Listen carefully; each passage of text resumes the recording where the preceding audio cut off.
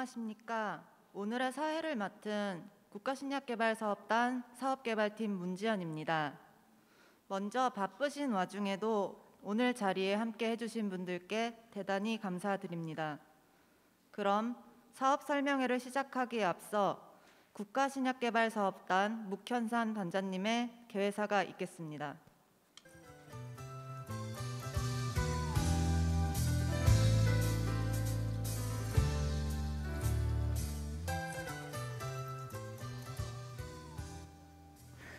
오늘 4월 6일 뜻깊은 날입니다. 저희 사업단이 3월 4일 날 공식적으로 출범을 하게 되었고, 그로부터 한 달이 지나서 RFP를 발표하는 그런 시간을 가지게 되었습니다. 원래대로 하자면 굉장히 많은 분을 모셔서 큰 행사를 가져야 됨에도 불구하고 이 코로나19 상황 때문에 아주 소수의 분만 모시고 총원 50명 이내로 관리를 하다 보니 아주 적은 수의 여러분만 모시게 되어서 항상 죄송스럽게 생각하고 있습니다.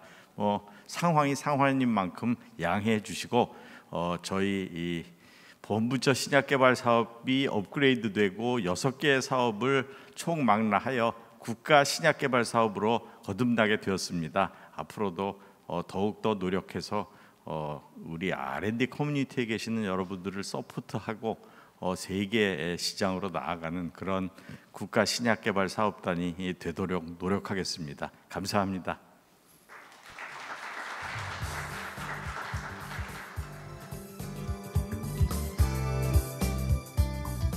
이어서 과기부, 산업부, 복지부 국장님의 축사가 있겠습니다. 안녕하십니까. 과학기술정보통신부 기초원천연구정책관 김봉수입니다. 오늘 바쁘신 일정에도 불구하고 국가 신약개발 사업 설명회에 참석해 주신 여러분께 감사의 말씀을 드립니다. 아울러 국가 신약개발 사업이 성공적으로 출범할 수 있도록 기틀을 마련해 주신 묵현산 단장님과 모든 관계자 여러분께 감사의 마음을 전합니다. 국가 신약개발 사업은 과학기술정보통신부, 산업통상자원부, 보건복지부 3개 부처가 힘을 모아 추진하는 2조 원 규모의 초대형 신약개발 프로젝트로 올해부터 2030년까지 10년간 산학연병을 아우르는 오픈 이노베이션을 기반으로 신약개발 전 주기를 지원할 계획입니다. 기존의 범부처 전주기 신약개발 사업과 관계부처가 개발적으로 지원하던 사업들의 연구 역량과 성과를 모두 한데 모아 추진하는 사업인 만큼 그 규모와 역할에 있어 향후 10년간 우리 제약 바이오 산업의 향배를 결정할 정부의 핵심 사업이라 할 수 있습니다. 며칠 전 SK바이오팜의 세노바메이트가 미국에 이어 유럽에서도 공식 판매 허가를 받아 글로벌 제약 시장을 대표하는 미국과 유럽 시장에 모두 진출하게 되었다는 반가운 소식을 들었습니다. 세노바메이트는 국가 신약개발 사업의 전신인 범부처 전주기 신약개발 사업의 지원을 통해 후보 물질 발굴부터 임상, 인허가까지 국내에서 자체 개발한 K신약으로 지난 사업단의 대표 성과가 되었습니다. 국가 신약개발 사업은 지난 사업에 비해 연구의 혁신성을 높이고 보다 과감한 투자를 통해 글로벌 블록버스터 창출을 목표로 하는 만큼 앞으로 국가 신약개발 사업을 통해 국내 제약 산업이 얼마나 더 큰 도약을 할 수 있을지 기대가 큽니다.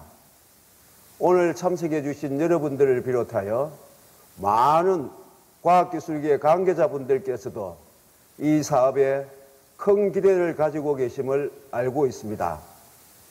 이렇게 많은 분들의 관심과 응원 속에서 국가 신약개발 사업이 성공적으로 운영되어 국내 제약, 바이오 산업의 글로벌 경쟁력 확보에 기여하고 더 나아가 우리나라가 세계적인 신약개발 국가로 도약할 수 있기를 바랍니다. 오늘 설명회를 통해 국가 신약개발 사업을 충분히 이해하시고 향후 여러분의 연구에 활용하실 수 있는 기회가 되기를 희망합니다. 다시 한번 오늘 이 자리에 참석해 주신 여러분들께 감사의 말씀을 드립니다. 감사합니다.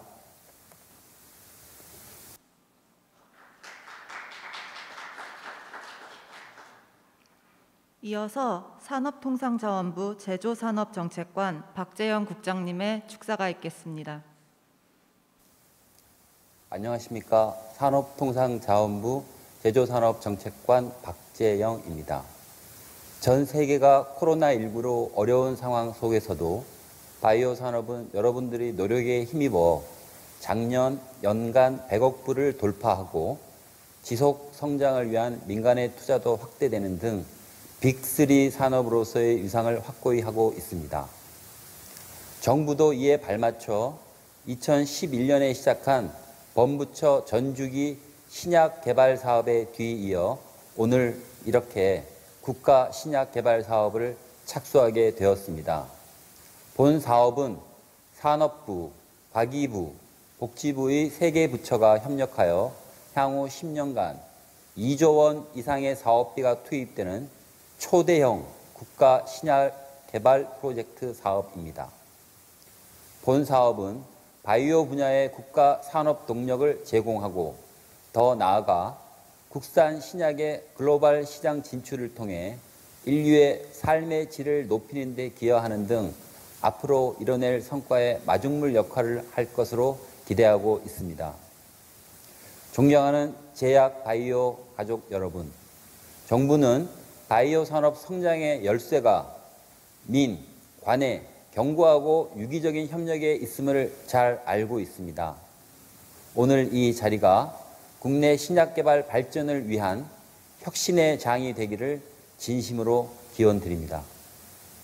끝으로 이번 행사 준비에 힘써주신 묵현상 국가신약개발사업 단장님과 관계자 여러분, 그리고 자리를 빛내주시기 위해 온 오프라인으로 참석해 주신 신약개발 관계자 여러분께 진심으로 감사의 말씀을 드립니다. 여러분들의 건강과 행복을 늘 기원합니다. 감사합니다. 산업통상자원부의 저희 사업단을 책임지고 계시는 국장님으로서 국가신약개발사업단에 가장 크게 바라시는 게 뭔지 이 한 가지만 말씀해 주십시오. 국가신약개발사업은 우리나라의 중장기 성장 동력의 핵심적인 분야입니다. 단장님께서 맡고 계신 이런 국가신약개발사업단 활동을 통해서 우리나라의 미래를 책임질 새로운 신약, 이것들이 성장 동력화 될 수 있도록 힘써주시기를 부탁드립니다. 네, 감사합니다. 최선을 다하겠습니다. 감사합니다. 마지막으로 보건복지부 보건산업정책국 이강호 국장님의 축사가 있겠습니다. 안녕하십니까. 보건복지부 보건산업정책국장 이강호입니다. 국가신약개발사업 설명회 개최를 진심으로 축하드립니다. 이 사업의 탄생에 기여하신 모든 관계자 여러분과 오늘 사업 설명회를 준비해 주신 묵현상 사업단장을 비롯한 사업단 직원들의 노고에 감사드립니다. 국가신약개발사업은 복지부, 과기부, 산업부, 상계부처가 정부의 연구개발 역량을 총직결해 추진하는 대형 신약 연구개발 사업으로 우리 제약 바이오 산업의 미래를 결정할 핵심 사업입니다. 우리 제약 바이오 산업은 신약개발 국가로의 도약이라는 중요한 기로에 서 있습니다. 작년 사상 최초 기술 수출 10조 원 돌파, 올해 33호 국산 신약 출시 등 우리 제약 바이오 산업은 크게 성장하고 있습니다. 정부는 향후 10년간 2조 2천억 원을 투입하여 우리 제약 바이오 산업을 세계 선도 산업으로 자리매김할 수 있도록 지원할 계획입니다. 이를 효율적으로 지원하기 위해 보건복지부, 과학기술정통부, 산업통상자원부 등 3개 부처가 공동으로 국가신약개발사업단을 지난 3월 4일 출범시켰습니다. 본부처 전주기 신약개발 사업의 성과를 계승한 이번 사업에서도 많은 결실을 맺을 것으로 기대하고 있습니다. 기초연구부터 임상시험, 사업화까지 전 주기를 지원하는 이번 사업을 통해 국산 글로벌 신약이 출시되고 우리 제약 바이오 산업의 위상이 한 단계 도약하는 계기가 되길 바라겠습니다. 다시 한번 국가 신약개발 사업 설명회 개최를 진심으로 축하드립니다. 감사합니다. 바쁘신 와중에도 축사를 해주신 모든 분들께 감사드립니다. 지금부터 국가신약개발사업 RFP 발표 및 세부 운영계획 설명회를 시작하겠습니다. 먼저 국가신약개발사업단 묵현상 단장님께서 국가신약개발 사업의 비전과 전략에 대해 설명드리겠습니다. 여러분 안녕하십니까? 저희 국가신약개발 사업의 디테일한 RFP에 들어가기에 앞서서 우리 국가신약개발 사업은 어떤 비전과 어떤 전략을 가지고 있는지 말씀드리도록 하겠습니다. 자, 사업단 미래 비전부터 예산 편성과 세부 과제까지 말씀을 올리겠습니다. 우선 첫 번째로 저희 이 국가신약개발 사업의 목표와 성격에 대해서 말씀드리자면 이게 10년간의 플래닝 호라이즌을 가지고 있습니다. 10년 계획에 연간 1,500억 원의 국비가 투입됩니다. 그리고 저희 사업단은 50명의 인원 TO를 받았습니다. 바꿔 말씀드리면 그냥 일반적인 국가에서 지원하는 신약개발 사업이 아니란 뜻이죠. 코퍼레이트 코리아 파마스티컬스라는 글로벌 제약회사를 설립하고 성공시키라는 그런 명령으로 이해하고 있습니다. 그래서 사업단장을 맡은 저는 대표이사 사장이고 저희 회사의 대주주는 돈을 1년에 1,500억을 투자하는 3개의 부처라고 저는 생각하고 있습니다. 저희 비전을 보면 10년 후의 모습을 보면 겉으로 드러나는 것은 FDA 허가를 받은 신약 4종과 글로벌 시장에서 1조 이상 매출이 나오는 신약 1종이 탄생되는 것이 겉으로 보이는 모습이겠습니다만은 그 밑을 들여다보면 글로벌 제약 시장에서 메인 플레이어가 되는 기업이 창출될 것입니다.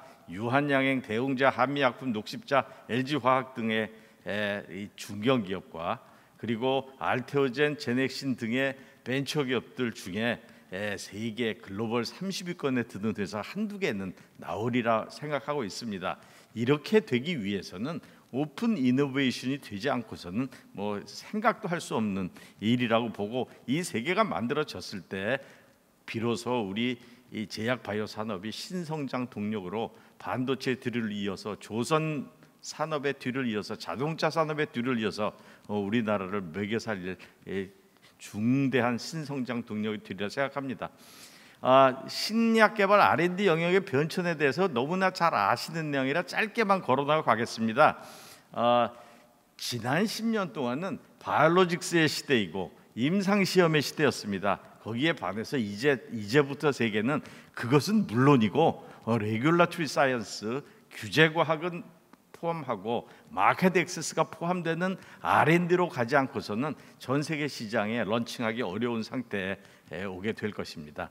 모델리티 마찬가지입니다. 지난 10년간은 이 항체의약품의 시대였습니다. 면역항암제의 시대였습니다.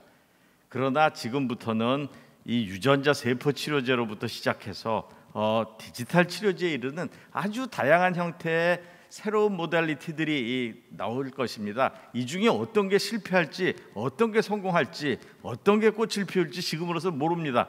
그러나 저희 사업단에서는 이제 2021년부터 될 이 부분에 집중적인 투자와 지원이 있을 것을 약속드리겠습니다.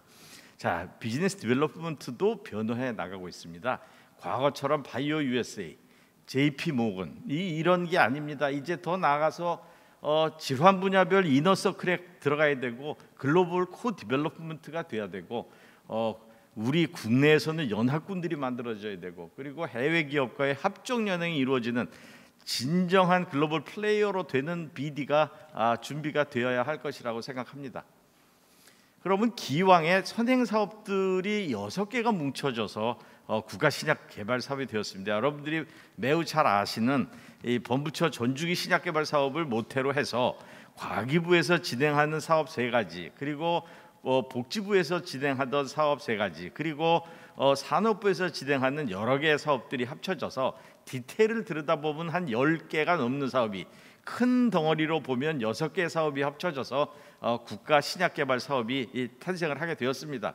그러면 선행 사업 중에 1번 타자라고 할 수 있는 범부처 전주기 신약개발 사업하고 차이점을 보시면 1번이 이 예산입니다. 과거에 연간 330억의 예산이었는데 이제 연간 1,500억의 예산으로 늘어납니다. 이 예산이 약 4.5배의 예산이 되겠고요. 두 번째로는 저희 이 과제 수가 되겠습니다. 과제 수는 연평균 18개의 과제에서 이제 연평균 129개, 과제 수가 굉장히 늘어나고 있고요. 그 다음에 저희 사업기관지 사업 목표는 이건 챌린징합니다.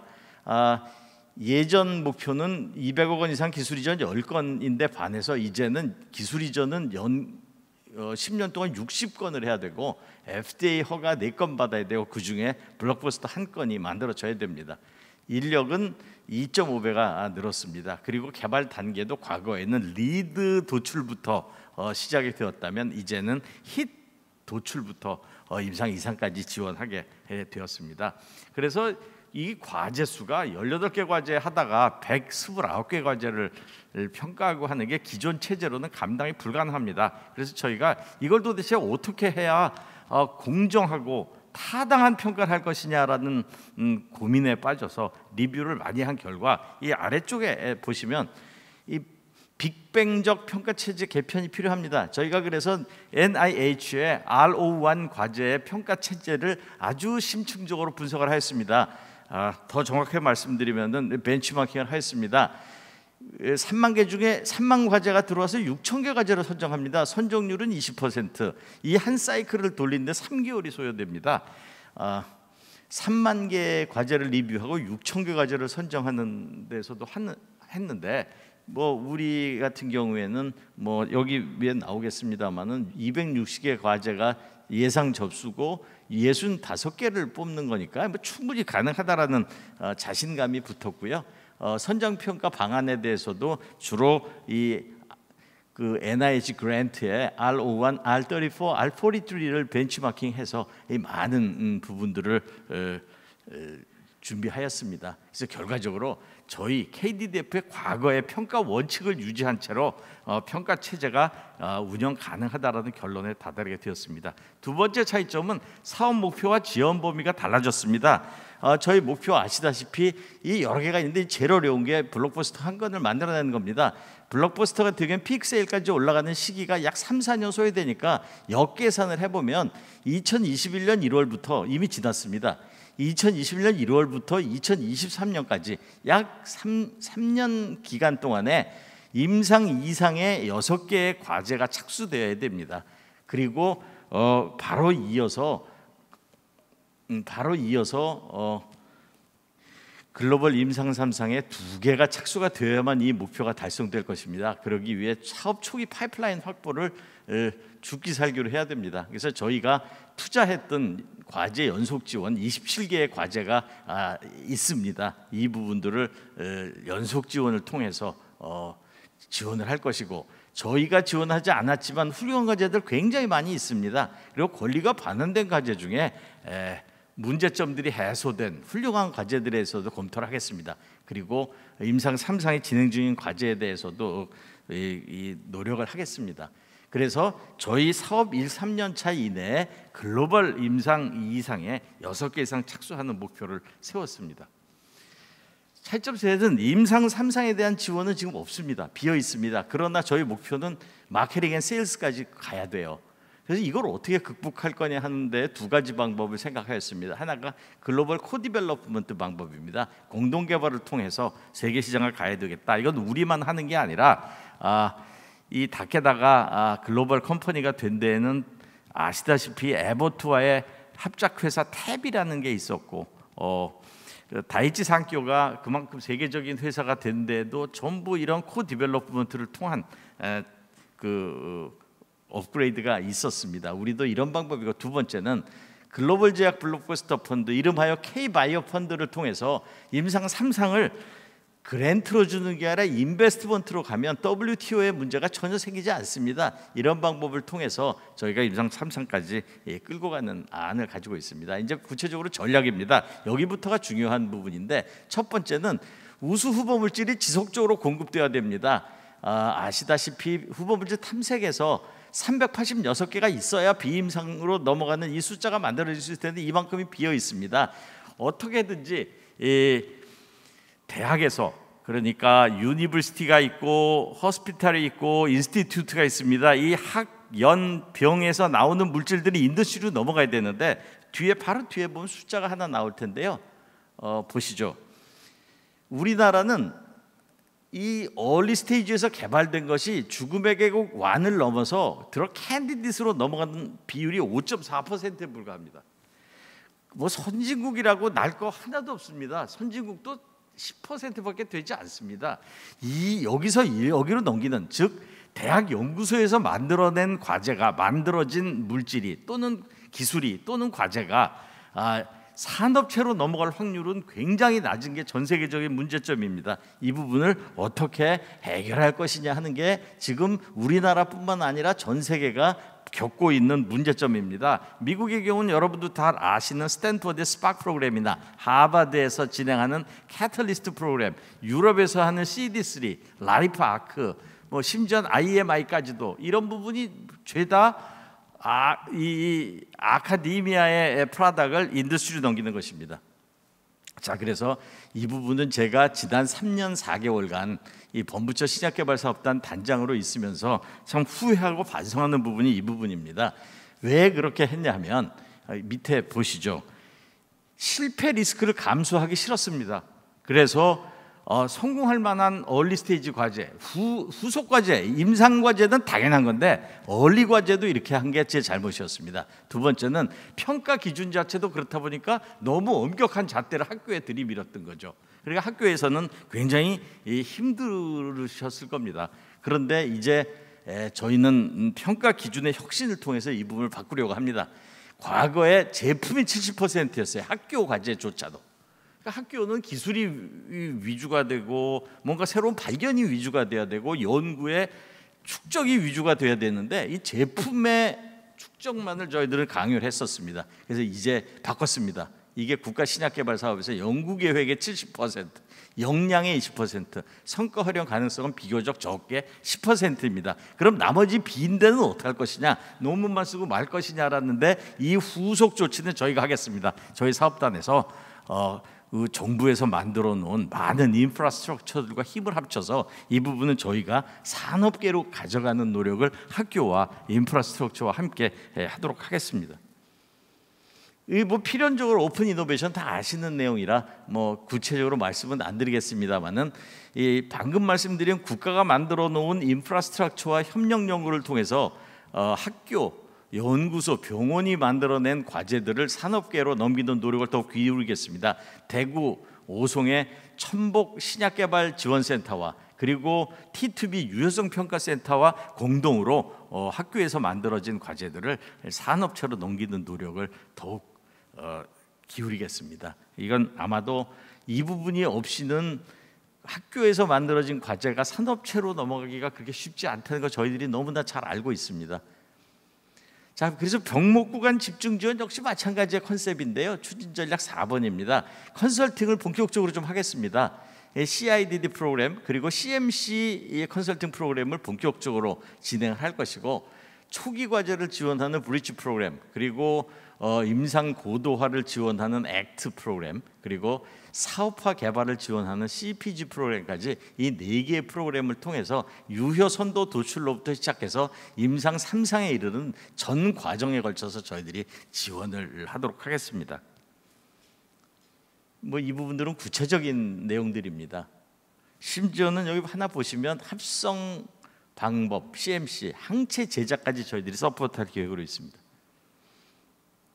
자, 추진전략 5번째는 세 개로 가는 겁니다. 글로벌 조인트 R&D 이거는 과거에 2건의 조인트 R&D 프로그램을 저희가 진행을 하였습니다. MSD와 제넥신이 공동으로 진행한 인터루킨 7과 키트루다의 컨비네이셔널 테라피를 저희들이 지원하고 있고 현재 임상 2상이 진행되고 있죠. 그리고 글로벌 C&D를 지원하겠습니다. 여태까지 저희 사업단에서 4회에 걸쳐서 글로벌 C&D를 추진했습니다. 세계 31군데의 기관으로부터 물질들을 가져다가 전부 선정을 해서 100가지의 물질을 우리나라 R&D 커뮤니티에 제공을 한 그런 것인데 성공 사례가 3개밖에 없습니다. 이거 워낙 비싸고 쉽지 않은 일이었습니다. 그래도 꾸준히 저희가 했는데 이제 앞으로는 그렇게 소개로 끝나지 않고 이제 결혼을 하면 전세 자금 대출도 할 예정입니다. 그 다음으로 글로벌 코디벨롭먼트 말씀드린 바와 같고요. 그리고 레귤러토리 지원을 여태 못했는데 이제 본격적으로 좀 해보겠습니다. 레귤러토리 지원은 강의하고 교육시키는 게 아니라 그건 학교에서 그냥 하면 되는 거고요. 저희가 하고자 하는 것은 프리 R&D 미팅 가이드를 드리고 컨설팅하고 동행 서비스까지 제공할 겁니다. 아예 모시고 갈 거예요. 그냥 혼자서 덜렁가. 이게 프리 R&D 미팅 가본 사람은 다 알겠습니다만은 문만 열고 들어가도 주눅이 들잖아요. 그래서 이건 옆에 모시고 가는, 그리고 신청 가이드, 사전 준비 가이드 등등 저희 내부 전문가도 확보할 것이고 미국에 있는 그 레귤러토리 어페어스 전문 컨설팅 회사를 활용해서 우리나라 기업들이 FDA로 EMA로 갈 수 있는 이런 그 지원을 해드리겠습니다. 자, 내부 전문성 강화입니다. 현재 과학자 6명을 저희들이 확보하고 있고요. 여기에 올해 16명을 추가로 확보할 계획으로 있습니다. 여기 보시는 것처럼 신약 개발 과학자는 신약 개발의 약대 화학과 생물학과 출신 PhD 12명, 의사가 여태 없었는데 한 분 모시고 CMC 전문가 한 분 더 모시고 임상시험 전문가 한 분 모시고 레귤러토리 전문가 모셔서 총 16분을 올해 중에 모실 계획으로 있습니다. 굉장히 야심찬 계획입니다. 내부 전문성 강화 내용 똑같습니다. 그래서 여태까지 제가 말씀드린 부분을 타겟 검증 발굴로부터 시작해서 출시에 이르는 전 라이프 사이클을 놓고 볼 때 무엇을 저희들이 지원해 드리는지에 대한 부분을 노랗게 표시하였습니다. 브릿지 프로그램은 TPP 설정부터 합성 항체 제작까지 저희들이 지원해 드릴 겁니다. 이건 물론 학교에 국한됩니다. 기업에는 이런 서비스 해드리면 안 되죠. 액트 프로그램, 그다음에 랩 커넥트 등 이런 프로그램들을 통해서 과거에 돈만 지원하는 사업단이 아니고 이제는 좀 달라진 모습을 보여드리겠습니다. 자, 과제 선정 일정입니다. 이건 과제를 하신 분들은 제일 궁금해하시는 건데 3월 4일 날 제가 임명을 받아서 저희 사업단이 공식적으로 일을 시작한 게 3월 4일입니다. 한 달 이내에 RFP를 발표하겠다고 공언을 하였기 때문에 정말 불철주야 밤을 새서 또 우리 운영위원님들 무지 고생하셔서 이런 부분들이 만들어져서 오늘 4월 6일 날 첫 번째 RFP를 제시를 합니다. 이게 되면 한 달 동안, 그러니까 5월 6일까지 저희들이 접수를 받고 선정 절차를 1차 선정을 시작하겠습니다. 두 번째 2차 선정 평가는 8월 2일 날, 그래서 1차, 2차에 걸쳐서 129개의 과제를 그리고 450억 원의 R&D 자금을 제공하겠습니다. 자, 보시는 것처럼 이 2011년에 450억 원의 예산이 있고요. 신규 과제수는 129개 과제입니다. 이렇게 가는데 여기서 자세히 봐주셔야 될 게 이 제일 첫 줄 기반 확충력의 유효 선도는 아카데미아를 위한 학교, 병원, 연구소를 위한 부분입니다. 정부 출연금이 110억 원인데 내용을 보시면 전체 예산의 약 30%입니다. 건수로는 전체 건수의 45%입니다. 얼마나 큰 각오를 했는지 이 숫자를 보시면 알 거예요. 이제 자금의 30%는 얼리 스테이지에 투자합니다. 그리고 이 얼리 스테이지는 뉴 모델리티에 집중적으로 투자를 하겠습니다. 이 두 가지를 통해서 뭔가 새로운 물질들이, 새로운 기술들이, 새로운 테크놀로지가 우리 산업계로 넘어올 수 있게 후단에 대해서는 정부가 투자해 놓은 인프라스트럭처를 활용해서 보다 공격적으로 이 사업을 진행하도록 하겠습니다. 이상 제 보고를 모두 마치겠습니다. 감사합니다.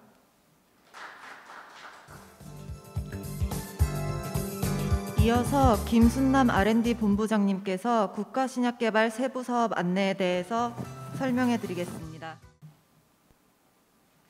예, 안녕하십니까. 앞서 이제 단장님께서 사업에 대해서 전체적인 방향을 설명해 주셨습니다. 여기 이어서 국가신약개발 사업의 세부 내용을 설명해 드리도록 하겠습니다. 국가신약개발 사업은 국내 제약 바이오 산업의 글로벌 경쟁력 강화와 오픈 이노베이션 전략을 바탕으로 신약개발 전주기 단계를 지원하는 범부처 국가 R&D 사업입니다. 사업 범위를 보시면 신약에 대해서 지원을 합니다. 신약개발 단계로는 유효 선도물질 단계부터 임상 이상 단계까지 지원을 합니다. 질환별로는 원칙적으로는 전 질환 분야를 지원을 합니다. 다만 선행 정부 사업으로 진행하고 있는 감염성 질환과 치매 사업과 중복되는 범위는 제외합니다.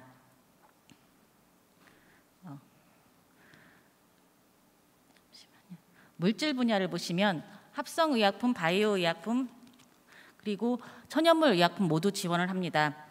바이오의약품의 경우는 유전자 세포 치료제나 항체 치료제, 생물학 저체제도 지원을 하고 유전자 세포 치료제의 경우에는 재생의료 사업이 있기 때문에 이 부분과 겹치는 부분을 제외하고 인비보 방식이나 엑스비보 방식의 항암 면역 세포 치료제만 지원을 합니다.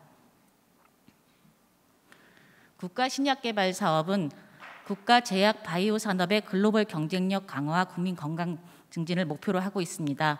그래서 정량적인 성과 지표로는 글로벌 기술 이전 200억 이상의 60건, 그리고 FDA, EMEA 신약 승인 4건이 있습니다. 그리고 연 1조 원 이상의 글로벌 신약 1건을 자체 개발하는 것을 목표로 하고 있습니다. 이 사업 목표를 달성하기 위해서 4개의 세부 사업이 구성되어 있습니다. 세부 사업 1은 신약 기반 확충 연구 사업, 세부 사업 2는 신약 R&D 생태계 구축 연구입니다. 세부 사업 3은 신약 임상 개발, 세부 사업 4는 신약 R&D 사업화 지원 사업입니다. 세부 사업 1 신약 기반 확충 연구는 유효 물질에서 선도 물질 단계를 지원하는 연구입니다. 학교 연구소 및 중소 벤처 중심의 탐색 단계 물질을 발굴하는 사업입니다. 신약 R&D 생태계 구축 연구는 후보 물질에서 비임상 단계의 신약 개발 과제를 지원을 합니다. 협력 기반형과 중소 중견기업 중점 지원형으로 나뉘어져 있습니다. 개발 평가 시에는 개발 단계별로 개발 단계와 질환 분야별로 구분을 해서 평가를 동일하게 받습니다. 다만 협력 기반형인 경우에는 우대가 있습니다. 추진 체계 부분에 대해서 좀 더 완벽하게 갖춰져 온 과제의 경우에는 평가 시 추진 체계 부분에서 가점을 좋은 평가를 받으실 수 있겠습니다. 신약 임상 개발 같은 경우는 기업 중심의 임상 개발 과제를 지원합니다. 이러한 3개의 세부 사업의 성공 가능성을 높이기 위해서 신약 R&D 사업화 지원 사업을 별도 세부 과제로 분리를 해서 R&D 지원, R&D 성과 사업화 지원, CMC 지원을 진행을 합니다. 신약 기반 확충 연구입니다. 다시 말씀드리면 이 세부 사업은 목표가 선도물질 발굴입니다. 그래서 유효물질 단계나 선도물질 도출 단계에 있는 과제를 지원합니다.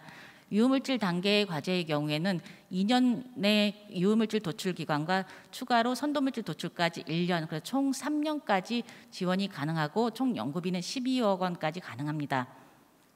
선도물질 도출 단계의 과제는 2년 기간 내에서 총 8억 원의 연구비로 지원이 가능합니다. 세부 사업 2 신약 R&D 생태계 구축 연구는 근본적인 목적은 기초 연구와 임상 개발 간 연계가 원활히 이루어질 수 있는 생태계 구축을 목표로 합니다. 그래서 후보 물질 단계와 비임상 단계에서 각각 2년 범위 내에서 후보 물질 단계는 12억 원 내외, 그다음 비임상 단계는 25억 원 내외의 연구비를 지원을 합니다. 이와 같은 세부 사업 일을 통해서는 그 대학 연구소나 벤처 중소 중기업의 혁신적인 아이디어가 서로 협력 연구를 통해서 중견 대기업으로 넘어가서 글로벌 기술 이전과 그다음 자체 개발의 기틀을 마련하고자 합니다. 세부사업 신약 임상개발 연구입니다. 이 부분은 기업 중심의 임상 1상 이상만 지원을 합니다. 따라서 기업 과제만 지원을 하고 있습니다. 임상 1상은 기준 2년 내외입니다. 그 임상 과제의 경우에는 개발 기간과 그 비용이 많이 다르기 때문에 기준은 2년입니다만 실제 상황에 따라서 조금 변동은 있을 수 있습니다. 임상 2상은 2년 이내 총 연구비 70억 원 지원이 될 예정에 있습니다. 각 세부 사업별로 그 주관 기관이 될 수 있는 요건이 좀 다릅니다. 그래서 정리를 해주시다면 앞에 세부 사업 1 유효 선도 단계의 경우에는 학교, 연구소, 중소벤처기업만 주관 연구기관으로 가능합니다. 중견이나 대기업은 참여기업으로 들어오실 수는 있습니다. 세부 사업 2의 트랙 1의 협력 기반형은 중소벤처기업만 주관이 가능합니다. 그리고 학교, 연구소나 중견기업, 대기업은 참여기관으로 들어올 수 있습니다. 세부사업 2의 트랙 2는 중소벤처와 기업 중점 지원형으로 중소벤처와 중견기업이 모두 주관이 가능합니다. 대기업은 참여로도 들어오실 수 없습니다. 세부사업 3은 신약 임상개발입니다. 기업은 모두 가능합니다. 학교, 연구소는 주관기관이 되실 수 없습니다. 신약 R&D 사업화 지원입니다. 이 부분은 R&D 컨설팅이나 라이센싱, 제조, 생산, 컨설팅 등을 지원하여서 앞에 총 3개의 세부 사업이 성공할 수 있도록 도와주는 사업입니다. 올해에는 예산이 책정되어 있어서 진행은 되지 않습니다. 다만 내년부터 진행하기 위해서 세부 기획이 올해 이루어질 예정입니다. 세부 사업사를 진행하기 위해서는 우선 국내에 있는 인프라와 CRO, CMO 등을 많이 활용을 해서 지원하는 방향으로 계획되어 있습니다. 종합한 연도별 지원 과제수와 지원 금액입니다. 총 10년간 1234개의 신규 과제를 지원하는 것으로 계획되어 있습니다. 2021년도에는 129개 과제입니다. 저희가 세부 사업별로 21년도에는 2번 과제 공모가 됩니다. 목표 과제 수는 이거의 절반 65개 과제를 뽑는다고 보시면 되겠습니다. 세부 사업 1은 유효 선도 단계의 과제이고 세부 사업 2는 후보 비임상, 세부 사업 3은 임상 1상 이상 과제를 지원합니다. 모든 과제의 기간은 2년 이내나 2년 임상 과제 같은 경우는 2년 내외를 기준으로 합니다. 유효 물질 단계의 경우는 선도 물질 도출을 위하여서 추가 1년까지 해서 총 3년 과제로 구성이 됩니다. 다른 정부 사업과 달리 선행 범부처 전주기 신약개발 사업의 추진 체계를 본받아서 이 과제의 경우에도 연도별 과제수나 과제별 지원기간, 지원 금액은 총 사업비 내에서 탄력적으로 운영할 예정입니다. 총 사업 규모입니다. 정부 연구비는 신약 기반 확충 연구에 3,600억 원이 배정이 되어 있고 신약 R&D 생태계 구축 연구 6,074억 원, 신약 임상 개발에 3,658억 원이 배정되어 있습니다. 그래서 정부 연구비 1조 4,747억 원이 투입되는 사업입니다.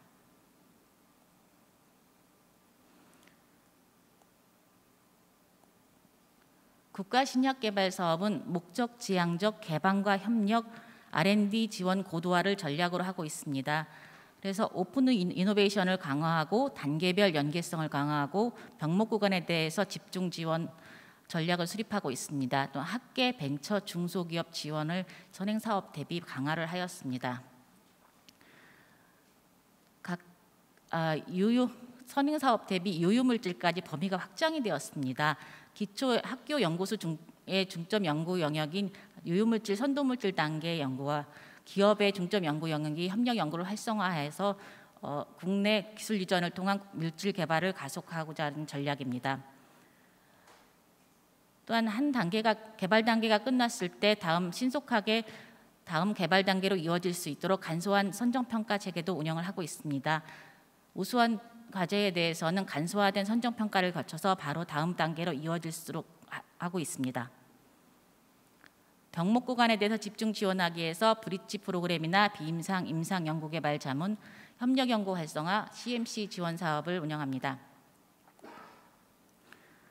학계 벤처 중소기업 지원이 강화된 프로그램입니다. 기초 연구 분야인 세부 사업 1의 유효물질, 선도물질에 대한 지원을 강화가 되었습니다. 또한 중소 벤처기업 및 벤처기업과 중견 대기업이 경쟁했을 경우에 불리한 점을 해소하기 위해서 경쟁하지 않고 진입할 수 있는 경로도 마련하였습니다. 세부 사업 1은 중소 벤처기업만 주관기관이 가능하고 세부 사업 2는 대기업은 협력형 트랙만 참여가 가능합니다.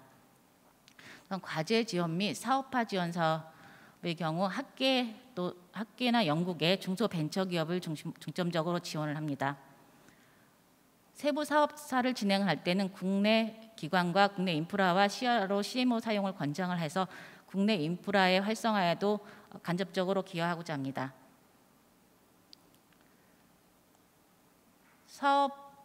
이 사업은 과학기술정보통신부와 산업자원통상부, 보건복지부가 추진하는 사업입니다. 재단법인 국가신약개발재단 아래에 국가신약개발사업단이 있습니다. 사업단장이 모든 사업을 총괄을 하고 있고 전문기관 협의체가 있습니다. 세 개의 각 세 부처의 산하에 있는 전문기관에서 협의체를 구성하여서 선정평가의 전체 과정을 모니터링하고 행정부분을 지원을 합니다. 운영위원회가 있어서 투자심의 결정사항에 대해서 승인 절차를 한 번 더 거칩니다. 사업단 내에는 경영본부, R&D 운영본부, R&D 사업화지원부, 본부 이렇게 3개 본부로 구성이 되어서 총 50명 규모로 진행이 됩니다. 선정평가 절차입니다. 선행사업을 경험하신 분들께 설명을 드리자면 선행사업 대비 서면평가와 그다음에 최종 확정하는 운영위원회 절차가 하나 더 추가가 되었습니다. 또 하나는 선행사업의 경우에는 저희가 모든 과제에 대해서 발표평가 기회를 부여했습니다만 사업 규모가 크고 과제 수가 많기 때문에 서면평가와 발표평가에서 상대평가로 과제 수를 제한을 합니다. 또 과제가 접수되면 사전 검토를 거쳐서 서면평가를 진행합니다. 서면평가에서는 과제 계획서를 중심으로 검토를 하여 발표평가 대상 과제를 선정을 합니다. 목표 과제 수의 3배수 이내로 결정을 하고 발표평가에서는 서면평가를 통과한 과제에 대해서 발표평가를 실시하여 1.5배수 이하로 다음 단계 진입 과제를 선정을 합니다. 실사평가는 세부 일의 경우에는 실사평가가 거의 생략이 될 겁니다. 예외적인 과제에 대해서만 진행을 할 예정이고 세부 비임상 후보물질에서 비임상 이후의 과제에 대해서는 실사평가가 진행이 됩니다. 서면평가, 발표평가, 실사평가를 거친 과제에 대해서는 투자심의위원회에서 투자 적격성 검토를 합니다. 그래서 과제 선정 여부를 결정을 하고 이 부분에 대해서는 운영위원회 승인을 거쳐서 확정이 됩니다.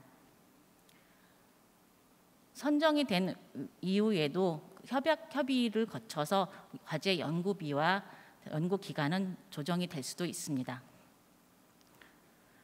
과제가 진행되면서 복수 마일스톤 과제가 있을 수 있습니다. 복수 마일스톤 과제는 진행 현황에 따라서 끝난 경우에 마일스톤 평가를 거쳐서 투자심의위원회에서 계속 갈지 중단할지 여부를 결정을 합니다. 과제가 끝난 경우에는 전문가 평가를 거쳐서 투자심의위원회 결과심의 그리고 투자 결과에 대한 최종 확정 단계를 거칩니다. 우수 과제에 대해서는 다음 단계의 신속 심사 과정을 거칠 기회가 있습니다. 단계별 연계성 강화하기 위해서 유효물질 과제는 선도물질까지 2+1에서 마일스톤으로 구분된 하나의 3년짜리 과제로 지원을 받습니다. 그리고 각 단계의 최종 평가에서 우수 과제 20% 이내에서는 간소화된 선정 평가를 통해 다음 단계에 진입을 할 수 있습니다.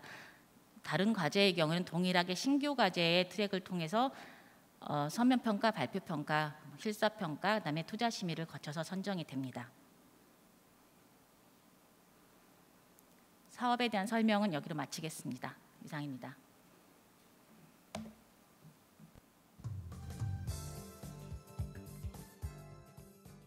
지금부터 국가신약개발사업단에 바란다를 주제로 패널 토의가 있겠습니다.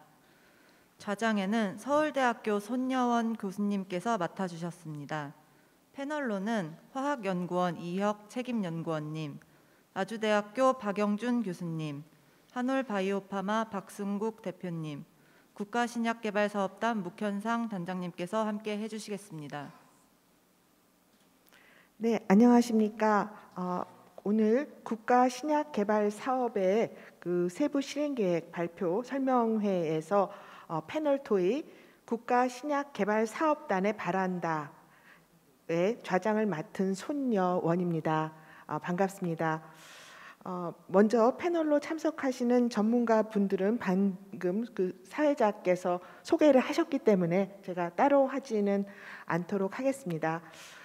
국가신약개발사업단이라는 것은 그 우리나라의 그 제약 바이오 산업의 글로벌 경쟁력 강화 그리고 국민 건강 확보를 위해서 의학 주권이 무엇보다도 필요한 시점입니다. 그래서 이러한 글로벌 경쟁력 강화와 그 의학 주권 확보를 위해서 제약 기업과 연, 병이 협력해서 신약 개발의 전 주기를 지원하는 범부처 국가 R&D 사업입니다. 범부처 사업이고 또 국가적으로도 중요성이 큰 만큼 연구계 또 학계 또 그 산업계에서 바라는 바가 매우 크다고 생각을 합니다. 그래서 오늘 지금 말씀 주신 것처럼 참여해 주신 이혁 박사님, 그다음에 박영준 교수님, 또 산업계를 대표해서 박승국 대표님, 그리고 이제 마지막으로 국가 그 신약개발 사업단을 이제 끌고 가실 묵현상 단장님의 순서로 그 패널 토의를 진행해 보도록 하겠습니다. 먼저 그 연구계에서 이혁 박사님께서 말씀 주시겠습니다. 국가신약개발사업단에서 바란다를 말씀을 주시는데 너무 추상적일 수 있으니까요. 우리가 이제 국가신약개발사업단이 생기기 바로 전에 범부처 그 신약개발사업단이 있었습니다. 거기서 좀 아쉬웠던 점 그런 점 약간 얘기해 주셔도 좋고요.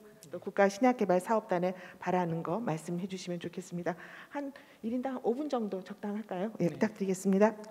안녕하세요. 저는 한국화학연구원에 재직 중인 이혁이라고 합니다. 우선 묵현상 단장님께 다시 한번 큰 국가신약개발사업 단장님으로서 역할을 하시게 된 점을 축하드립니다. 제가 저도 그 얼리 스테이지의 신약 연구를 하고 있습니다. 그래서 주변에 계시는 많은 그 교수님들이나 그런 분들께 한번 문의를 드렸고요. 그래서 범부처 전주기 신약개발 사업과 국가신약개발 사업 이름이 바뀌면서 역할도 많이 바뀌었는데요. 어떤 부분을 가장 원하시는지 그리고 어떠한 의견을 가지고 계신지에 대해서 좀 문의를 드렸습니다. 앞서 묵현상 단장님께서 이 국가신약개발 사업이 범부처 전주기 신약개발 사업과 어떤 부분이 달라졌다라는 얘기는 굉장히 잘 해주셨는데요. 지금까지는 그런 부분에서 약간의 홍보는 필요한 것 같습니다.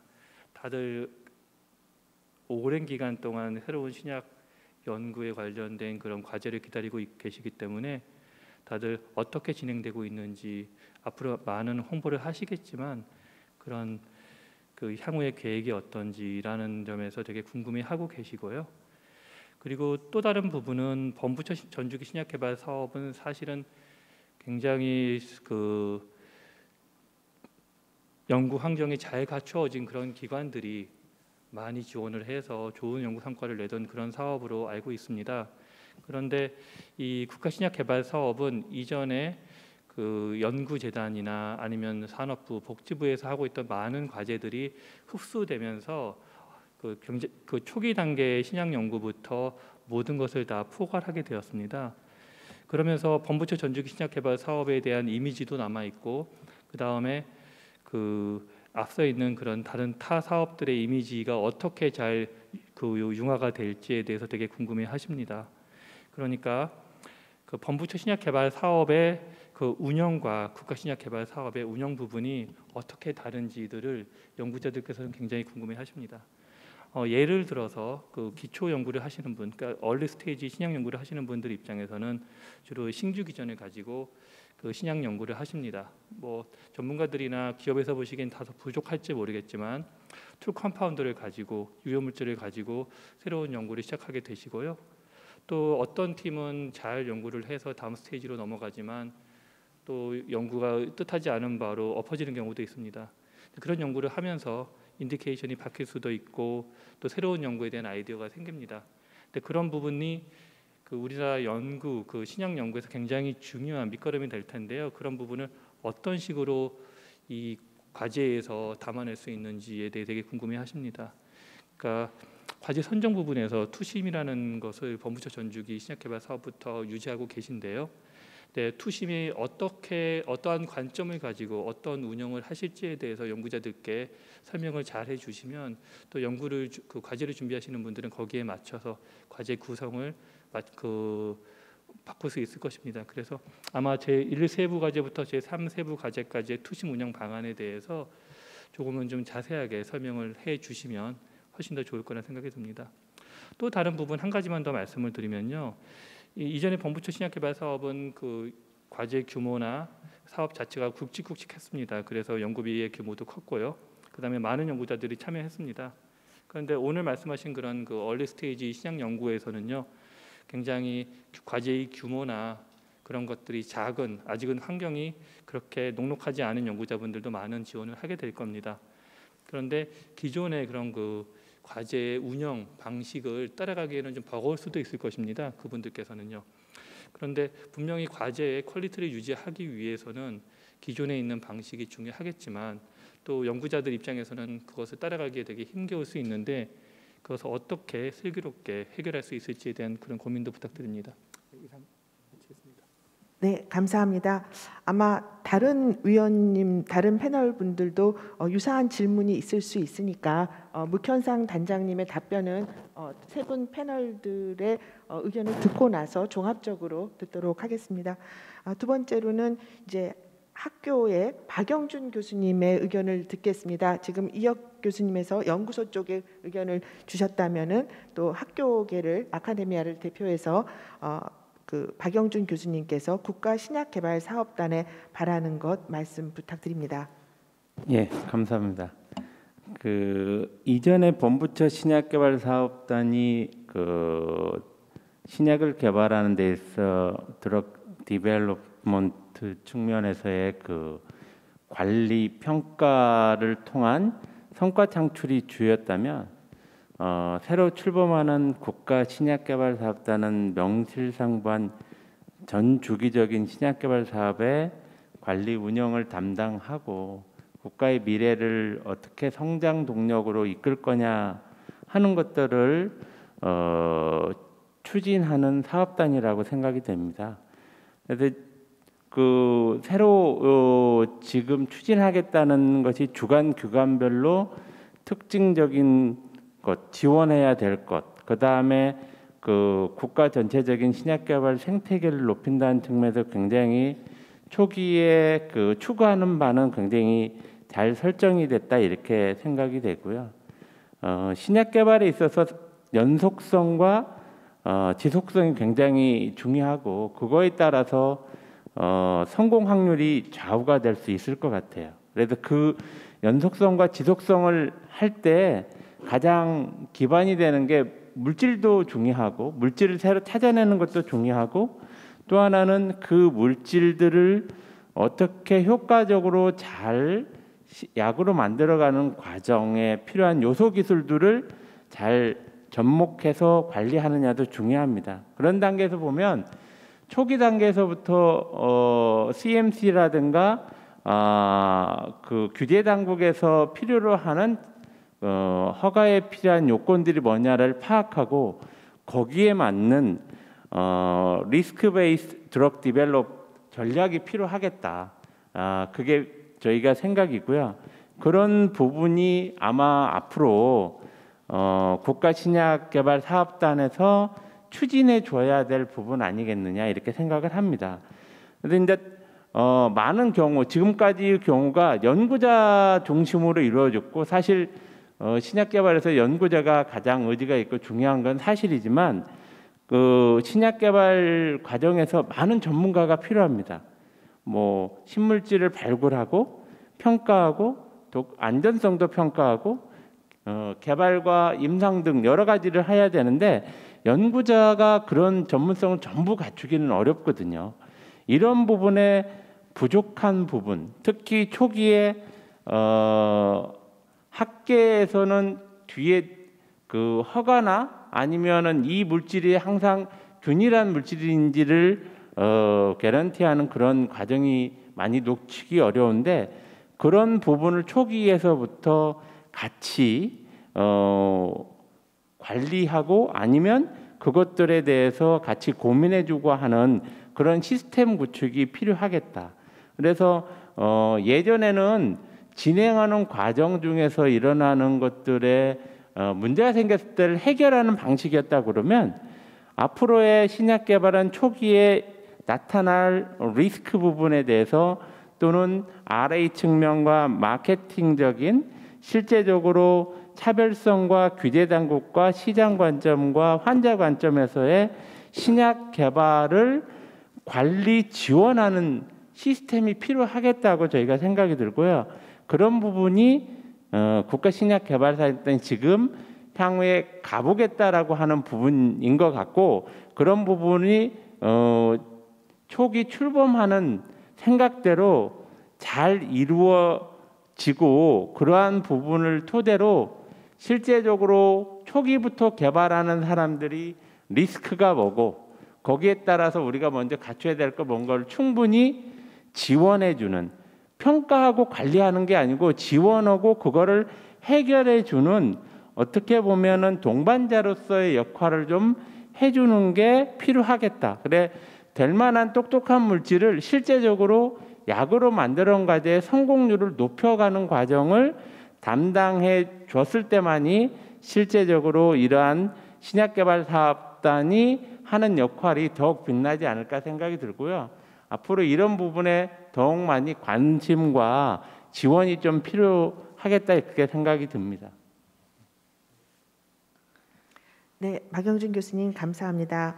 앞서 이혁 박사님은 이 국가신약개발사업단이 하려고 하는 일 이런 것을 좀 연구자들이 많이 알 수 있게 홍보가 필요하다라는 거 그리고 이제 그간의 범부처 사업단은 좀 이렇게 좀 익은 과제를 이렇게 사업화해서 실적을 내는 것이었다는 것에 반해서 이제 국가신약개발사업단은 얼리 스테이지 거를 다 포함을 하니까 이런 것들이 잘 이렇게 익혀갈 수 있는 그런 것을 진행했으면 좋겠다는 거. 그다음에 투심위의 운영 방안이라든지 기존의 그 과제들의 운영 방식 어떻게 할 건지를 좀 말씀을 주셨고요. 또 박영준 교수님께서는 이 국가신약개발사업단이 평가해서 관리해서 뭔가 과제를 떨어뜨리는 것이 아니라 그 제한된 과제들이 잘 선정해서 잘 지원을 받을 수 있어서 그 전 신약개발의 전주기적인 단계의 그런 지원이 필요하고 연속적으로 될 수 있는 그런 것이 필요하다라는 말씀을 주셨습니다. 다음에 이제 그 묵단장님께서 전체적으로 종합적으로 의견을 주실 거라고 생각을 하고요. 이제 세 번째 패널리스트로 그 박승국 대표님을 모시도록 하겠습니다. 박승국 대표님은 한올 바이오파마의 대표님이시고 실제로 범부처에서 많은 실적을 내주신 그런 그 기업의 대표로 알고 있습니다. 박승국 대표님 부탁드립니다. 예, 한올 바이오파마 박승국입니다. 예, 그 전에 이제 범부처 전주기 신약개발 사업에서 국가 신약개발 사업으로 이렇게 확대됐고 일단 명칭 자체에서 굉장히 이렇게 국가 신약개발 사업 이렇게 아주 무겁게 이렇게 다가오는 점이 있습니다. 그래서 전신이었던 범부처 전주기 신약개발 사업이 저 개인적인 생각으로는 굉장히 모범적이었고 많은 성과를 냈고 또 우리 한국의 어떤 신약개발 그런 어떤 경험이나 이런 체계에 있어서 굉장히 큰 이렇게 발전을 가져왔다 이렇게 생각합니다. 그래서 이제 그 사업이 이와 같이 크게 확대되게 된 것에 대해서 연구자의 한 명으로서 굉장히 기쁘게 생각하고 또 더욱 기대가 큽니다. 전의 사업에 비해서 이번에 국가신약개발 사업에 달라진 점은 제가 보기에는 1세부로 표현되고 있는 유효 선도물질 단계의 과제 지원이 추가되어 있는 부분이 있다고 생각하는데, 이 부분이 저도 이제 전에 본부처 전주기 신약개발 사업을 이렇게 경험하면서 좀 필요하다 하는 느낌을 가졌었습니다. 많은 기업들이라든지 이런 데들이 자체적인 R&D를 통해서 이렇게 새로운 파이프라인을 확대하기도 하지만, 새로운 그런 대학이나 연구소 이런 데서 나타났던 그런 유효 선도 물질을 이어서 개발하는 그런 것들을 많이 하게 되는데, 저희도 이제 그런 개념에서 많은 기술들을 검토하고 이렇게 하게 됩니다.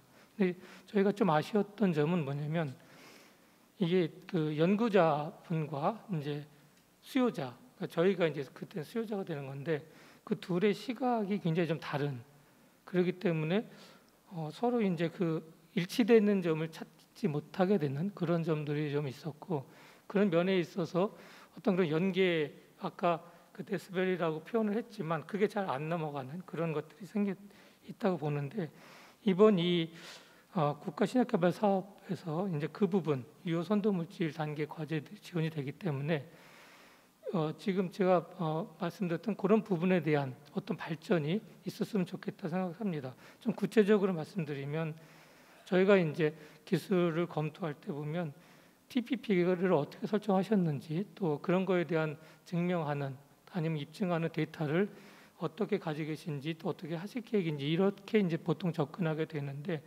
그런 부분들에 대한 준비가 잘 안 돼 있는 경우들이 많이 있거든요. 그래서 어쨌든 이런 국가신약개발 사업을 통해서 그런 것들이 좀 더 확산되고, 어떤 그렇게 함께 같은 용어로 같이 수요자와 공급자가 이야기될 수 있는 터전이 된다고 하면 훨씬 더 국내 이런 기업들 간에, 또 연구자와 기업들 간에 협력이 더 활발해질 수 있다, 이렇게 생각을 합니다.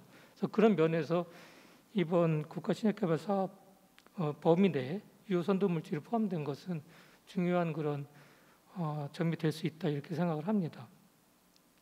그 다음에 2세부, 3세부 후보 물질 비임상, 임상 연구에 대한 거는 사실 전에 본부처 전주 신약개발 사업에서 아주 성공적으로 진행됐던 경험이 있다, 저는 그렇게 생각합니다. 그래서 그 2세부나 3세부에 있어서는 그 전에 했던 그런 본부처 신약개발 사업단을 통해서 축적됐던 그런 과제 관리나 과제 선정이나 과제 평가, 그런 노하우들이 충분히 이어져서 더 그게 퇴보되지 말고 더 발전적으로 나아갔으면 좋겠다는 생각을 하게 됩니다. 예를 들면 본부처 신약개발 사업단이 가졌던 그 개발 단계, 그러니까 비임상이나 임상 단계에서 과제들에 주었던 가장 큰 장점은 저는 플렉시빌리티라고 봅니다. 그래서 특히 개발 단계에 들어가면 모든 과제들이 그 과제의 특성에 맞게 다양하게 디자인되고, 오늘 계획이 내일 바뀔 수도 있고, 이런 변화에 아주 능동적으로 대응할 수 있게 되고, 그런 부분들이 필요한데, 사실은 이제 어떤 정부에서 하는 사업 보면 그런 부분에 있어서 굉장히 플렉시빌리티를 못 갖는 경우가 많이 있습니다. 근데 이제 본부처 신약개발 사업단은 이제 저도 경험을 했지만 그런 면에 있어서 굉장히 많은 그런 그 플렉시빌리티, 연구 기간이나 연구비 여러 가지 면에서 그런 것도 있었기 때문에 그것이 굉장히 중요한 성공 요인이었다, 이렇게 보고 있습니다. 그래서 그런 점들이 계속 발전적으로 적용돼 나갔으면 하는 바람이 있고요. 또 하나는 패스트 페일, 그러니까 보통 어떤 정부 연구 사업을 할 때 중간에 이렇게 중단하기가 좀 절차적으로 어려운 점들이 있고 한데, 어쨌든 개발 단계에 들어갔을 때 어떤 패스트 페일 한다고 하는 것은 굉장히 어떤 투자나 이런 면에 있어서 세이브할 수 있고 새로운 기회를 가질 수 있는 거기 때문에 굉장히 중요한 점들이고, 이 사업에서도 이제 그런 패스트 페일이 이제 연구자들이 나왔을 때 그것이 오히려 불명예가 되지 않고 새로운 도전할 수 있는 기회가 이어질 수 있는 그런 것들로 좀 더 패스트 페일을 유도할 수 있는 그런 운영이 됐으면 하는 그런 생각도 좀 바라게 됩니다. 그 다음에 어쨌든 사업단이 국가신약개발 사업단이 성공을 하기 위해서는 정말 좋은 과제들이, 좋은 아이템들이 여기 지원에 들어와야 됩니다. 근데 이제 뭐 10년 전과 지금 상황이 많이 바뀌는 것이 점점 민간 투자도 많아지고 VC에 의한 투자들도 많아지기 때문에 정말 그것들과 경쟁해서 얼마나 좋은 프로그램들을 여기에 끌어들일 수 있을까, 그런 거에 대한 고민. 사실은 그 연구비를 지원하는 것도 투자도 경쟁일 수 있기 때문에 그런 부분에 있어서 정말 경쟁력을 가지고 국가신약개발사업단이 운영될 수도 있으면 좋겠다, 그렇게 생각해 봅니다.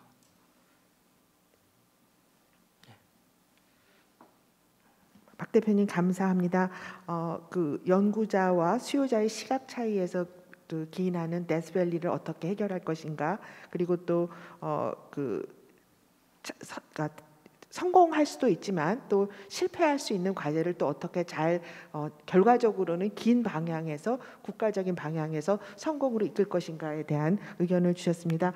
일단 그 세 분 패널께서 말씀해 주신 것에 대해서 목 단장님의 의견을 좀 듣도록 하고요. 그리고 이제 조금 시간이 남기 때문에 제가 세 분께 그 세부적인 그런 질문을 하나를 드리면, 이제 이혁 박사님께서는 국가 R&D 지원에서 주로 케미칼 의약품에 대한 개발에서 어떤 변화가 필요한지, 그리고 그 박순국 대표님은 바이올로직스 분야에서는 어떤 변화가 필요한지, 아니면 무슨 어떤 공백이 있는지, 국가 신약 개발 사업단에서 뭘 준비해야 되는지 좀 의견을 주시고요. 박영준 교수님은 국가 R&D 지원에 있어서 CMC나 RA 부분 아까 말씀을 주셨지만 혹시 더 필요한 것이 있으면 그거 말씀 주시기 바랍니다. 그 생각하시는 동안 그 묵단자님 의견을 듣도록 하겠습니다.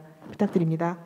네, 안녕하십니까. 오늘 정말 이 입에 발린 소리가 아니라 정말로 진심으로 피가 되고 살이 되는 말씀을 해주셔서 너무너무 감사드립니다. 제 말씀은 저의 반성문으로 시작하겠습니다. 과거에 2016년 12월 19일로부터 2020년 9월 8일까지 이 본부처 신약개발사업단 단장을 맡아서 일을 하였습니다. 결과적으로는 상당히 좋은 성과들을 거두었고, 라이센스 아웃만 보면 15조가 넘어가고, 그 페이스 밸류 자체가 중요한 건 아닙니다만은 크면 좋죠. 그런데 거기서 받아들인 현금이 사실은 더 중요합니다. 업프론트와 마일스톤을 포함해서 저희가 글로벌 이 라이센스 아웃한 27개 과제에서부터 걷어들인 돈은 약 7,500억 원이 현금이 이 한국에 있는 은행으로 입금되었습니다. 그러니까 이런저런 부분들이 사실은 숫자로 표시되는 게 대단히 좋은 그 성과를 거두었지요. 그럼에도 불구하고 제가 반성하는 게 세 가지가 있습니다. 1번 반성이 뭐냐면 얼리 스테이지 지원을 많이 못했다라는 것입니다. 못한 이유는 굉장히 많은 이유가 있는데 어쨌든 못했습니다. 두 번째는 라이센스 아웃 목표가 주어지니까 10건에 200억 원 이상의 글로벌 라이센스 아웃을 하라. 그러니까 글로벌로 쭉 끌고 나갈 생각을 안 하고 어떻게든 잘라서 빨리 팔 생각만 했어요. 저부터서도. 그러면 주간 연구기관이 끝까지 가고 싶은 생각에서도 어떻게든 설득해서 빨리 팔으라고, 그리고 심지어는 바이어까지 구해서 데려가서 여기다 팔으라고까지 한 이런 저의 과오가 있습니다. 이거 끝까지 이 SK 바이오팝의 세노바메이트뿐만 아니라 몇 개 더 갈 수 있었던 기회가 있었음에도 불구하고 라이센스 아웃을 한 거죠. 이 아주 제가 생각하는 아주 큰 반성입니다. 세 번째 반성은 컬래버레이션입니다. 이걸 더 좀 인커리지하고 막 하도록 등을 떠밀고 그랬어야 되는데 그걸 잘 못했어요. 그래서 이게 단독 과제로만 그냥 갔지 이 힘을 합쳐서 간 과제가 많지가 않습니다. 예를 들어서 이 유한양행의 경우에 보면 그 제노스코가 만들고 오스코텍이 초기 돈을 댔고, 그래서 이 비임상부터 유한양행이 투자해서 갖고 임상 1상에 KDDF가 돈을 대고 들어갔고, 임상 1B부터 연세대학교 세브란스 병원에 조병철 교수가 조인해서 5군데의 기관이 뭉쳐져서 개발한 거거든요. 그러니까 결과적으로는 참 좋은 결과가 나왔습니다만은 다른 과제들도 이런 식으로 좀 더 이렇게 연합군을 만들고 하는 노력을 더 기울였어야 되는데 잘 못했습니다. 이 세 가지에 반성을 하면서 이제 앞으로 국가 신약 개발 사업을 시작함에 있어서 재반성 세 가지는 물론이고 이거 기필코 잘 하도록 하겠습니다. 그리고 아까 지적해 주신 분 중에 제일 중요하신 이 부분이 있습니다. 이혁 박사님 말씀해 주신 부분이 아주 구구절에 맞는데 투자심의에 오시는 투자심의위원님들은 어떤 분이시냐면 과학자도 반수쯤 계시고 또 환자를 보는 의사도 20%쯤 계시고 언제나 20%입니다.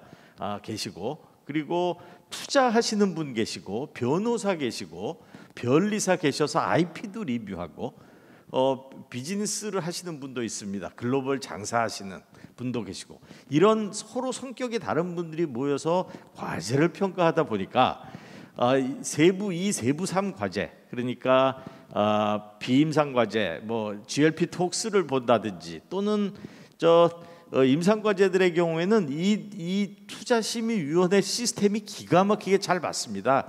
돈이 안 되는 부분 과감하게 잘라버리고 경쟁이 부족하면 저희 지원 안 하고 이런 식으로 굉장히 성공적으로 잘 골라내는 건 사실인데 이게 얼리 스테이지 과제 대학 연구소 병원 과제에 오면 잘 워킹을 안 할 수가 있습니다. 지금 뭐 어떻게 잘 구체적으로 가지도 않고 있는 아주 얼리 스테이지 과학을 공부하는 그런 과제에 갑자기 변호사가 나와가지고 그 권리관계는 어떻게 되냐로 시작하면은 그걸 잘 워킹 안 하는 거죠. 그래서 이런 부분에 대한 고민 때문에 저희가 세부 1, 세부 2, 세부 3의 경우에 얼리 스테이지 과제는 이 투자심의위원회 구성을 좀 달리하려고 합니다. 그러니까 너무 돈 안 하고 과학 하려고 생각을 현재 하고 있습니다. 이렇게 해야 더 좋은 과제가 만들어지고 이것이 산업체로 넘어갈 수 있는 기틀이 되리라고 봅니다. 그 학교가 부족한 부분이 있을 수밖에 없습니다. 그 이유는 관점이 달라서 그래요. 학교 연구소 병원은 뭐 논문 내는 게 제일 중요하잖아요. 그게 제일 중요하고 학생 졸업시켜야 되는 게 두 번째로 중요하고 이런 부분이 있는 반면에 또 학교에서 또 부족한 거는 이 개발을 안 해보니까 우리 박영준 교수님 같은 경우에는 산업계에도 오래 계셨고 학교에도 오래 계셨기 때문에 양쪽을 다 언더스탠드 하시는데 일반 교수님들 같은 경우에는 뭐 다음에 넘어갈 그러니까 어느 정도 물건이 나왔을 때 얘가 이제부터 뭘 해야 되는지에 대한 아이디어가 좀 없으세요. 그래서 이런 부분에 대해서는 저희들이 이 브릿지 프로그램 등을 통해서 돕고 이게 업그레이드 될 수 있도록 그렇게 하겠습니다. 그래서 이 부분들을 잘 묶어서 조금 있다가 다시 이 말씀이 있으시겠습니다마는 전국에 6군데 거점을 돌면서 아주 자세하게 설명을 드릴 겁니다. 그리고 산업계는 바이오 벤처 그리고 중견기업은 일일이 찾아뵙고 올해 내내 아마 저하고 저희 BD본부장 그리고 R&D 본부장이 전국을 누비면서 말씀을 드리고 또 듣고 업그레이드하는 과정을 거치겠습니다. 그래서 1차로 학교를 중심으로 하는 아카데미아를 위한 6번의 설명회가 준비가 되어 있고 이번 4월 달만 해도 3번이 준비가 됩니다. 그래서 각 교수님들 또 연구소에 계시는 연구자분들께 이런 분들을 말씀을 올리겠습니다. 그리고 저희가 또 깊이 생각해야 되는 게 범부처 신약개발 사업 과거에 범부처 신약개발 사업이 무엇을 잘했는가라고 한다면 아까 숫자에 대해서는 말씀을 드렸고 그거는 반쯤은 운이 좋았습니다. 그러나 진짜 잘한 건 뭔가 했더니 이제 화학과에서 물질을 합성하는 교수님 입에서도 TPP라는 말이 자연스럽게 나옵니다. 타겟 프로덕트 프로파일이라는 말이 자연스럽게 나올 줄 이것만 해도 엄청난 발전이고 스탠포드의 스팍을 보면 그 앞에 TPP에 대한 설명이 무려 4페이지, 5페이지가 나옵니다. 그리고 거기 교수님들한테 TPP 교육한 얘기가 계속 얘기가 나오는데 이건 무슨 얘기냐 하면 이 연구하시는 과학자분들은 이런 데 관심도 없었을 건데 이제 우리나라에서는 그 케미칼 합성하시는 선생님들도 TPP에 대해서 모르시는 분이 없습니다. 앞으로는 저희들이 여기 하나 더 해야 됩니다. 뭐냐 하면 클리니컬 니즈에 대한 개념을 확실하게 좀 드리려고 합니다. 뭐 약을 개발했는데 보면 클리니컬 세팅에 와 보면, 그러니까 병원에 환자 옆에 가면 쓸 수 없는 약들이 종종 발견됩니다. 이런 부분에 대해서는 아주 이른 얼리 스테이지에 저희 시드 프로그램이나 다양한 방법을 통해서 메디컬 니드들을 접목시키는 이런 노력을 기울이겠습니다. 이런 걸 통해서 저희가 초기부터 TPP, 독성, CMC 관점, 레귤라토리 서포트 관점, 이런 부분들을 아까도 말씀드린 내부의 인력들을 가지고 이런 부분들을 지원하는 노력을 기울이겠습니다. 그리고 마지막으로 정말 중요한 부분이 되겠습니다. 우리 얘가 만든 이 물질이 이 글로벌 시장으로 가서 팔리는 이런 그 선순환 구조를 만들어내는데 기여를 할 것인데, 이 부분은 저희 혼자 힘으로는 안 됩니다. 국내에 존재하는 대단히 많은 인프라들이 있습니다. 오송과 대구 경북에 있는 천복단지의 신약개발지원센터, 또 T2B 센터, 그러니까 T2B 센터면 저거죠.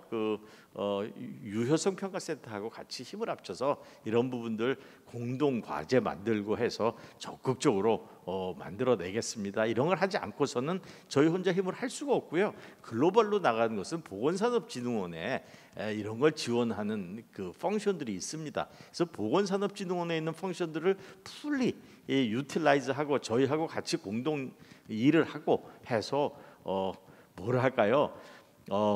저희가 실이 되겠다라는 말씀을 드리고 싶습니다. 지금 우리나라가 그 구슬이 몇 말 굴러다니고 있습니다. 구슬이 그렇게 많은데 꿰어야 보배인데 저희는 이걸 꿰는 실 정도가 저희가 해야 되는 일이 아닌가 싶고, 저희가 받아 있는 R&D 예산이 실이라고 생각합니다.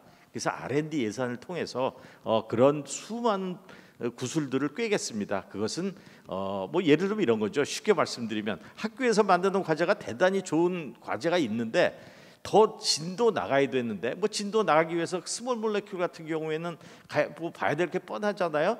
프리톡스도 봐야 되고, 드럭 드럭 인터랙션 봐야 되고, 스터빌리티 봐야 되고, 타겟 인게이지먼트 봐야 되고, 오프 타겟이 아니라는 거 증명해야 돼. 할 게 무지무지 많은데 교수님들은 거기까지 하시기 어려워요. 이런 거는 거기에 신약개발지원센터하고 같이 일을 할 때 저희들이 예산을 그 과제에 얹혀서 신약개발지원센터와 공동 프로젝트를 할 수 있도록 하면 이런 문제가 해결이 되니까 이런 방식을 통해서 그 구슬을 꿰는 방향으로 그렇게 해보겠습니다. 굉장히 부족한 점도 많고 그 모르는 것도 많습니다. 이런 방향에 대해서는 다행스러운 건 우리나라에는 훌륭한 전문가가 너무너무 많이 있다. 오늘 여기 이 패널로 나오신 선생님들도 계시지만 이 이외에도 뭐 다양한 분야의 독성에, 또 레귤라토리에, 또는 뭐 클리니컬 세팅에 이런 분들이 존재하시기 때문에 저희가 그 먹고 사는 게 아닌가 그렇게 생각하고 있습니다. 이게 앞으로 부족한 거 있으면 하시라도 이메일로 보내주세요. 저의 목표는 말씀드린 것처럼 글로벌 블록버스터 신약 하나 만들고 4개 허가받고, 그리고 여기에 컬래버레이션이 될 수 있는 이런 그 생태계를 만드는 4개의 목표를 깊이 마음에 가지고 있고, 제 임기 3년 이제 정확하게 말하면 그 2년 11개월 남은 제 임기 동안에 이 기틀을 확실하게 만들어 놓고 그 2기 단장님께 바톤을 넘기도록 그렇게 하겠습니다. 감사합니다. 네, 묵 단장님 감사합니다. 아주 그 국가신약개발사업단의 단장으로서 그 포부를 자세하게 설명해 주셨습니다. 아까 제가 패널 분들께 부탁드린 거 그냥 아주 짧게 간단하게 말씀해 주시면 될 것 같아요. 이혁 박사님은 케미칼 개발에서 국가 R&D에서 뭔가 좀 방향의 변화가 필요한가, 뭐 공백이 있나 말씀을 주시면 감사하겠습니다. 네, 아까 제가 제일 처음 너무 경직되게 말씀을 드린 것 같아서 좀 여유 있게 말씀을 드리겠습니다. 오늘 그 묵효성 단장님께서 먼저 말씀하신 부분에서 그 케미칼 신약 연구의 변화에 대해서 이미 여러 그런 그 설명을 해주셨습니다. 사실 케미칼로 신약 연구를 한다고는 하지만 대부분의 공동 연구는 바이올로지를 하시는 분들과 진행을 합니다. 저희가 결정이 필요하면 그 결정을 키우시는 바이올로지스트와 연구를 해야 되고 또 효능을 보거나 한다면 그런 연구를 봐야 됩니다. 이 모든 연구들이 다 전문가들과의 그 공동 연구를 통해서 이루어집니다. 그래서 ADC를 연구를 한다고 하면 항체의 전문가들, 프로탁이라고 하면 그 물성을 보시는 분들이랑 연구를 많이 해야 되고요. 그런 부분에서 그 국가신약개발사업단에서 전문가들과의 연결을 그 수월하게 해줄 수 있는 그런 허브 역할을, 그 수평적인 연대를 할 수 있는 그런 역할을 해주셨으면 하는 그런 바람이 있습니다. 네, 감사합니다. 그러면 지금 시간이 사실은 패널 시간이 지났는데요. 어렵게 모신 패널 분들이기 때문에 그 각각 1분 정도만 더 의견을 듣도록 하겠습니다. 박순국 대표님은 바이올로직스의 개발에 있어서 국가 R&D의 방향의 전환이나 뭐 공백에 대해서 부탁드립니다. 예. 어쨌든 뭐 바이오뿐만 아니라 케미칼, 신약이라는 면에서는 다 공통적일 거라고 보는데, 어쨌든 그 신약 개발을 위한 인프라가 좀 더 확대돼야 되는데, 보통 우리가 인프라 생각할 때 어떤 장비나 어떤 뭐 제도나 이런 것에 국한할 수가 있는데, 제일 중요한 건 인적 인프라이고 그 사람들의 날리지가 얼마나 발달되고 더 업그레이드 되느냐가 사실은 인프라의 가장 핵심인 부분이 있습니다. 그래서 국가신약개발 사업이 앞에 이제 묵단장님도 좀 말씀하셨지만 사실은 연구자들에게 이렇게 새로운 그런 널리지를 전파하고 또 같이 레벨업하는 그런 효과들이 있기 때문에 그런 부분에 있어서 좀 더 발전됐으면 좋겠고, 또 그런 경험과 어떤 그런 지식들을 이렇게 같이 나눌 수 있는 그러한 것이 사업단을 중심으로 좀 더 사업을 진행해 나가면서 있었으면 좋겠다 하는 생각을 해봅니다. 네, 감사합니다. 그 박승균 대표님은 그 국가신약개발사업단에서 여러 가지 널리지 전파라든지 연결해 줄 수 있는 그런 지원 기능에 대해서 말씀해 주셨습니다. 마지막으로 박영준 교수님은 이미 그 RA라든지 이런 것에 대해서 좀 그 범위를 넓히는 것에 대해서 필요성은 말씀해 주셨기 때문에 그것에 대해서 말씀해 주셔도 되고요. 아니면 평가 시스템에 대해서 혹시 개선 필요한 거 이렇게 편안하게 말씀해 주시면 될 것 같습니다. 저희가 그 지원을 의약품을 허가받는 데 있어서는 규제 당국의 승인이 필요하고요. 규제 당국에서는 안전성, 유효성, 품질을 보고 거기에 맞는 자료가 들어와서 실제적으로 환자들이 복용하기 괜찮냐는 것을 검토하게 됩니다. 그런 측면에서는 필요한 자료들이 초기에부터 어떤 자료들이 있는지를 검토하고 거기에 대한 전략이 필요한데, 대부분의 연구자들이 그걸 모르고 나중에 허가 단계에 가서 이거를 규제 당국에서 이런 자료가 필요해라고 하다 보면 2, 3년이 지연이 되게 됩니다. 그런 지연이 되면 곧 신약 개발은 비용과 시기가 돈이거든요. 그리고 성공을 좌우하게 됩니다. 그런 부분에 대한 것을 놓친 부분을 초기부터 검토해 주는 게 중요하고, 또 하나는 그 품질하는 측면에서 보면은 우리가 뭐 인보사 사태에서 배운 것처럼 초기부터 이게 그 물질이다라는 구조와 특성과 제조에 대한 것들 정확히 규명하고 개발을 했을 때만이 그러한 의약품으로 인정받을 수 있는 시스템이기 때문에 연구자들이 조금 더 이런 것들을 고민할 수 있도록 국가신약개발사업단의 조기부터 관리를 좀 잘 하면서 같이 한 배를 타고 이끌어 주시는 게 가장 중요할 거라고 생각이 듭니다. 네. 네, 감사합니다. 혹시 묵단장님 그 새롭게 주신 그 의견에 대해서 더 추가 답변해 주실 거 있을까요? 감사한 말씀입니다. 꼭 명심해서 꼭 명심해서 사고 안 치고 잘 하도록 하겠습니다. 고맙습니다.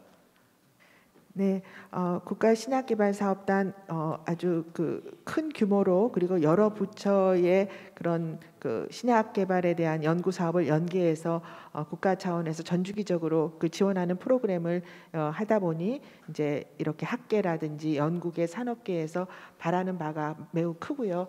또 묵단장님께서 그 동안의 경험을 바탕으로 해서 오늘 반성문은 충분히 하셨으니까 앞으로는 개선할 일만 있다고 생각이 됩니다. 그래서 모든 국가신약개발사업단의 사업이 잘 되기를 저희가 희망하고 패널 토의는 국가신약개발사업단에 거는 기대와 응원의 박수로 마감하도록 하겠습니다. 감사합니다. 잠시 후 질의응답 시간을 갖도록 하겠습니다. 아직 오픈 채팅방에 질문을 올려주지 않으신 분께서는 질문을 올려주시기 바랍니다. 잠시 후 오픈톡 채팅방을 마감하도록 하겠습니다.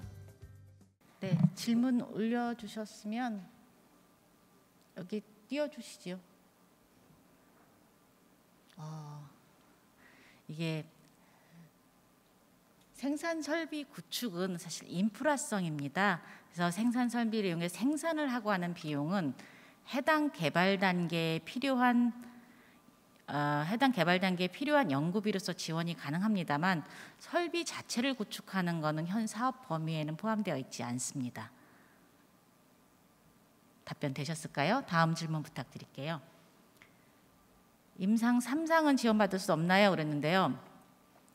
이 사업은 사실 임상 2상까지 지원되는 사업입니다. 그런데 임상이 그렇게 1상, 2상 딱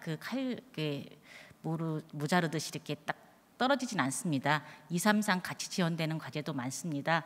그래서 2상에 준하는 과제는 지원이 가능합니다. 그리고 2, 3상 같이 있거나 한 지원은 가능하지만 임상 3상만 지원하지는 않습니다.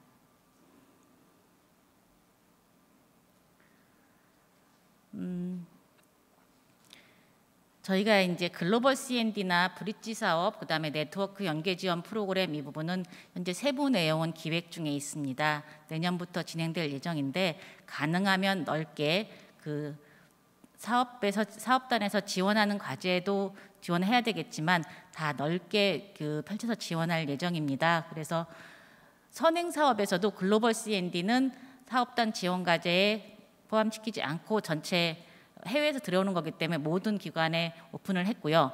브릿지 사업 같은 경우도 두 가지 방향인데 사업단 과제를 지원하는 브릿지 사업도 했고 밖에서 있는 과제들을 지원하는 인큐베이션하는 사업도 진행을 했습니다. 이와 같이 가능하면 넓게 지원할 거라고 알고 계시면 될 것 같습니다. 세부 내용이 결정이 되면 이 부분은 세부 사업사도 별도의 기관을 선정하고 한 RFP가 나와야 되기 때문에 이 부분은 아마 올 연말 정도까지는 저희가 좀 더 구체적으로 확정을 해서 내년부터 시행할 수 있도록 하겠습니다. 예, 다음 이 부분이 이제 학교 세부 사업 1 같은 경우가 학교가 주관 기업이 가능합니다. 그래서 학교만 들어오실 경우에는 민간 매칭이 없습니다. 근데 참여 기업이 있으면 참여 기업의 기업 유형에 맞게 민간 매칭을 하셔야 되는데 이 또 형태가 다양합니다. 여러 개의 유형의 기업이 참여했을 때 어떻게 되느냐에 문제가 생길 수 있는데 이 혁신법에는 각 기업이 부담하는 사용하는 비용의 비율로 이런 식으로 부담을 한다 이렇게 되어 있는데 현재 저희 RFP는 단독 과제입니다. 그래서 별도의 세부 과제를 구성하지 않기 때문에 공동으로 기업이 참여하면 공동으로 참여하는 기업에 가장 높은 비율을 적용합니다. 즉 대기업과 중소기업, 중견기업이 같이 왔다. 그러면은 대기업 기준인 50%의 민간 부담 비율을 공동으로 참여하는 기관들이 협의에 의해서 분담을 하셔야 됩니다. 다음 질문요. 이게 사회문제 해결형이라고 해서 이제 기획할 때 별도로 포함이 되어 있었습니다. 분리가 되어 있었는데 이 부분을 저희가 사회문제 해결형 과제라고 해서 별도의 RFP는 나가지 않습니다. 현재 RFP에 다 포함이 되어 있다고 보시면 되고 희귀질환이든 사회문제 해결하는 부분도 신약 개발이라면 모두 다 지원이 가능합니다.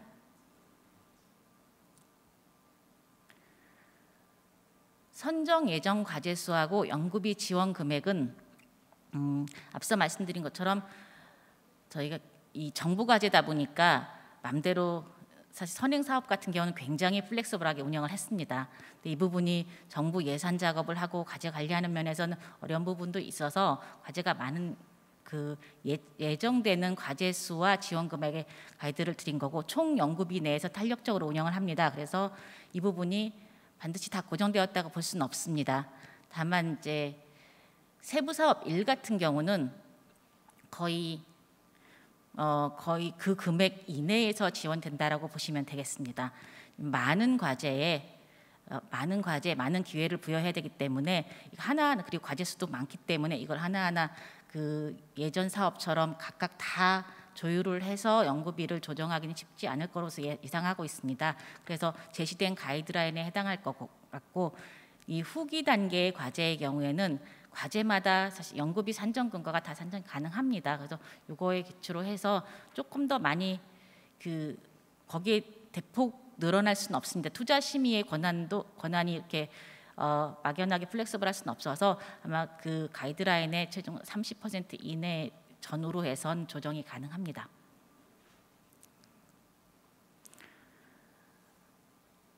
신약 기반 확충 연구에 학교로 이제 교수님 같은 경우는 이제 벤처 기업을 하시는 분은 학교로도 참여하실 수 있고, 주관 기관이 학교가 될 수도 있고, 그다음에 그 하고 계시는 벤처 기업으로서 기업 유형으로 들어오실 수 있습니다. 이 부분은 선택이십니다. 왜냐하면 저희 공고가 오늘 나갈 건데요. 공고 안내 보면 평가 지표가 있습니다.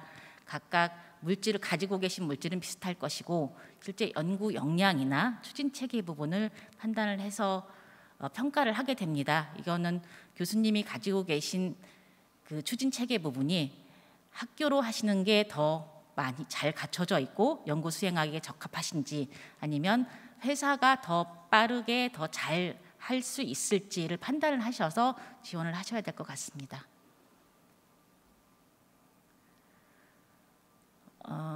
하나의 프로젝트에서는 그 각 세부 과제, 그 RFP 하나당 하나의 주제에 대해서 RFP 하나당 하나의 과제만 신청하시면 됩니다. 즉 1세부, 2세부 섞어서 어렵습니다. 과제가 24개월 이내에 달성하실 수 있는 기간으로 되어야 되기 때문에 24개월 이내 굉장히 빨리 해서 6개월 만에 한 단계 끝나시고 6개월 만에 한 단계 끝나시고 다음 넘어가는 거 환영합니다. 그래서 끝나시면 조기에 과제를 반드시 24개월 해야 되는 거 아닙니다. 24개월 이내에 끝내실 수 있으면 되고, 빨리 끝나는 거는 다음 단계에 넘어갈 수 있게 최대한 지원해드립니다. 그리고 앞에 상위 20% 이내에서의 그 최우수 과제에 대해서는 신속 심사해드립니다. 그래서 이거를 과제를 혼합해서 길게 몇 년짜리 불가능합니다. 각각 2년 이내에서 RFP에 맞게 지원을 하시면 되고요. 뭐 전임상, 임상, 일상 이거는 세부 2와 세부 3 다 합한 거잖아요. 이렇게 지원하지 마시고 전임상 단계 끝나고 신규 과제로 임상, 일상을 들어오시면 되겠습니다. 이제 질문 더 이상 없으신 것 같은데요. 그러면은 RFP 소개하고 그 다음에 거기에 필요하신 거 있으면 다시 저희가 오늘 이 설명회에서 있는 자료는 홈페이지에 녹화 영상을 올라갈 겁니다. 그거 참조하시고 궁금한 거 있으시면 그때 이메일로 주시거나 전화를 주시면 되겠습니다. 네, 이어서 국가신약개발사업 RFP 공지 및 과제 설명회 일정을 안내드리도록 하겠습니다. 진행은 국가신약개발사업단 김순남 R&D 본부장님께서 맡아주시겠습니다. 네, 저희가 짧은 시간에 열심히 준비를 해서 부족하지만 어쨌든 일정에 맞게 오늘 RFP가 나갑니다. 그래서 오늘 RFP에 대해서 설명을 드리도록 하겠습니다. 사업 내용을 이미 들으셨기 때문에 이 사업이 반영이 되었을 겁니다. RFP는 세부 사업별로 한 개씩만 나갑니다. 다 바텀업 과제이기 때문에 세부 사업별로 하나씩만, 그러니까 세부 사업 1에 한 개, 그다음 세부 사업 2 하나, 신약 임상 개발인 세부 사업 3에 한 개 이렇게 나갑니다. 그래서 세부 사업 1은 유효 또는 선도 물질 단계로 지원을 하시면 됩니다. 24개월 이내에 하실 수 있는 연구 계획을 제시하시면 되고, 유효 물질 단계의 경우는 24개월 플러스 1년 더 해서 12개월까지 하셔야 되는데, 유효 물질 도출했을 때 어떤 마일스톤을 하나 설정을 하셔야 됩니다. 마일스톤 평가를 거쳐서 그 다음 단계 진행을 합니다. 연구비는 각 연도별로 4억 원 정도의 규모로 하시면 되고, 이걸 초과하시면 안 되십니다. 세부 사업 2는 후보물질 비임상 단계입니다. 각각 24개월 이내의 연구기간을 설정하시면 됩니다. 지금 후보물질을 거의 다 도출하셔서 검증만 조금 하시면 된다고 하면 짧게 제한하시면 됩니다. 끝나고 바로 GLP-TOX 들어가실 때 비임상 단계 신규 과제로 바로 지원하시면 추가로 가능합니다. 그리고 제한하셔서 선정된 이후에도 빨리 진행을 해서 연구가 빨리 끝난다고 하면 협약 변경으로 조기 종료해드릴 수 있습니다. 임상 1상, 임상 2상이 있는데요. 이건 24개월 이내 임상 프로토콜에 따라서 지원을 하시면 되겠습니다. 과제마다 일상이 세드 따로 있는 과제도 있고 세드 매드 같이 하셔서 일상인 과제도 있고 일상 이상 같이 있는 과제도 있고 많습니다. 다양한 형태이지만 식약처나 FDA 제시한 그 프로토콜에 따라서 그 임상 계획에 따라서 제안을 해주시면 됩니다. 여기 있는 기간은 각 단계별로 24개월 정도 저희 이 기획할 때 조사해 보니까 한 평균 이 정도 걸린다고 해서 이제 연구 기간을 설정한 겁니다. 이걸 참조하셔서 금액도 이 일반적으로 드는 비용 참조해서 나온 거기 때문에 이걸 참조하셔서 제안하시면 됩니다. 이 부분에 대해서는 선정된 이후에도 좀 협의를 통해서 조정이 될 수 있습니다.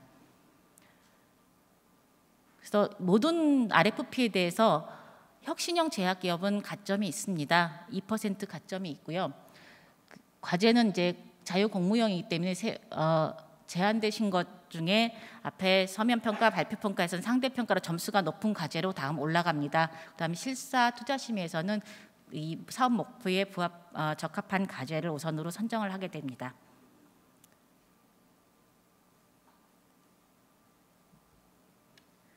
우선 세부 사업 1의 신약 기반 확충 연구 보시겠습니다. 저희가 RFP를 이렇게 좀 길게 나간 걸 좀 축약해 놓은 건데요. 우선 유효물질 단계 아까 말씀드린 것처럼 24개월 플러스 1개월에서 최장 3년 이내로 제한을 하시면 되겠고요. 선도물질 단계는 24개월 이내로 제한하시면 됩니다. 연구비는 유효물질 단계는 총 12억 원, 그다음에 선도물질 단계는 8억 원 이내로 제한하시면 되겠고요. 유효물질 단계는 말씀드린 것처럼 복수 마일스톤으로 제한하시면 됩니다. 그래서 세부 사업 1은 최종 목표가 선도물질 도출입니다.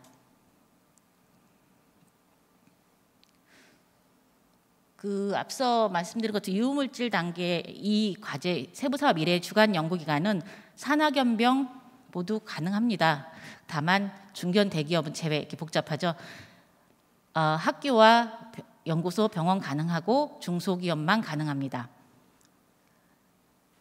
그리고 협력 공동연구의 경우 우대함이 있는데 저희가 세부 과제는 구성하지 않습니다만 추진 체계를 협력해서 각 파트별로 잘 짜오시면 이 부분이 평가 지표에 반영이 되어 있습니다. 이런 부분에서 평가하실 때 우대를 받으실 수 있습니다.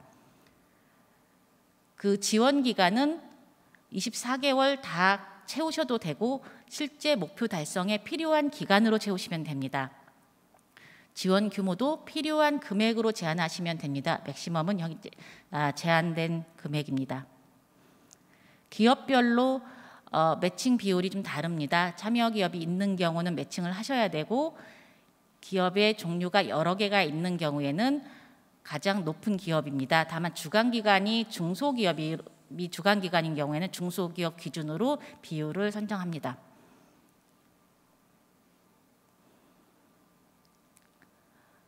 세부 사업이 R&D 생태계 구축 연구 사업입니다. 후보물질 단계, 비임상 단계 분리해서 제안을 하시면 되겠고요.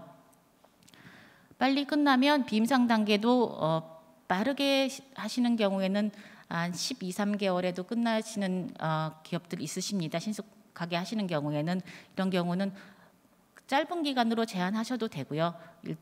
제한하시고 조기 종료하셔도 됩니다. 그래서 다음 단계 바로 진행할 수 있게 합니다. 연구비는 각각 총 12억 원, 후보는 총 12억 원, 비임상은 총 20억 원입니다. 민간 매칭 포함한 금액입니다. 또 트랙 1의 경우에 여기도 협력 연구의 경우에는 우대합니다. 평가 같은 데서 평가를 받기 때문에 트랙 1으로 시스템을 잘 갖춰오신 경우에는 평가 시 좋은 점수를 받으실 수 있습니다. 그리고 지원 기간 및 규모는 협약 시 이제 저희가 협의해서 좀 조정될 수 있는 부분 감안해 주시기 바랍니다. 앞에부터 계속 다 적용되는 부분인데 혹시나 외부 기술을 도입한 경우가 꽤 있을 수 있습니다.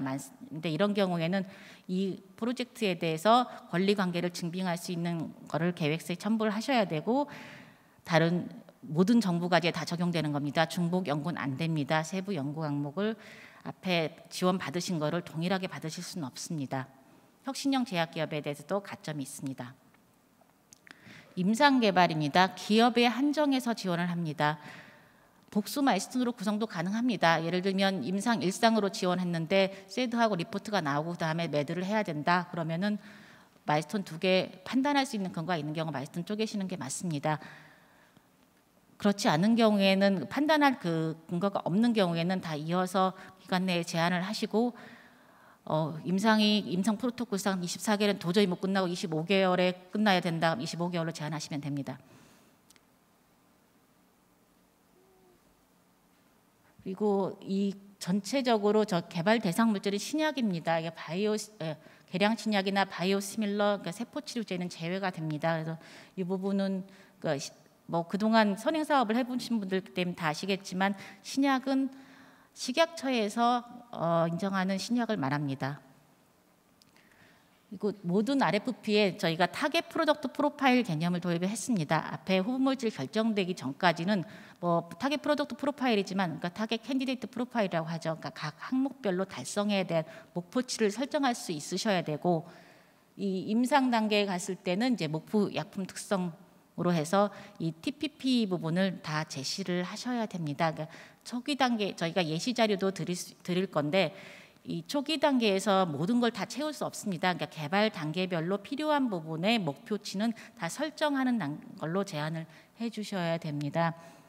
그리고 이 단계에서는 이제 보통 일반적으로 임상 단계에서 경우는 임상 프로토콜에서 임상 완료가 되고 나면 다음 단계 그 승인을 받는 걸 목표로 하시면 되겠고 기업 유형에 따라서 임상 단계의 경우는 매칭 비율이 모두 다 기업 유형에 상관없이 50% 이상을 제한하고 있습니다. 50% 이상 부담하셔야 되고 현금 부담 비율도 80% 이상입니다. 이 점 참조하시기 바랍니다. 저희가 3개 부처가 지원하는 사업입니다. 그래서 사업 공지는 연구재단, 산학기술평가원, 그다음에 여기 보건산업진흥원 홈페이지와 사업단 홈페이지를 통해서 공지가 됩니다. 그럼 메일을 받으신 분도 있으실 건데 접수는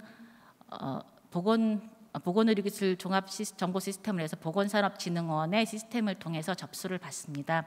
사업단에서 통합 그 과제관리 시스템을 곧 운영할 예정인데 현재는 올해에는 그 보건산업진흥원 시스템을 사용하고 있습니다. 그래서 보건산업진흥원 시스템에 접속을 하셔서 나중에 저희가 접수 마감일이 5월 6일입니다. 이때까지 접수하시면 되겠습니다. 지금 간단하게 이제 RFP 설명을 드렸지만 이 부분에 대해서 다들 궁금해하시는 분들이 많으실 수 있어서 사업단에서 이메일로도 홈페이지를 통해서 이메일로도 받습니다. 다만 이제 사업 설명회로 현재 약학회에서 발표가 예정이 되어 있고 RFP 및 과제 설명회는 아직 장소가 좀 확정이 안 되어서 여기 기재를 못했는데요. 저희 홈페이지에 공지하겠습니다. 4월 20일, 4월 22일, 4월 23일 대전, 서울, 판교 이렇게 해서 일단은 사업 설명회를 4월 달에 진행할 예정입니다. 이후 올해 내에 6번 정도 설명회를 개최할 예정입니다.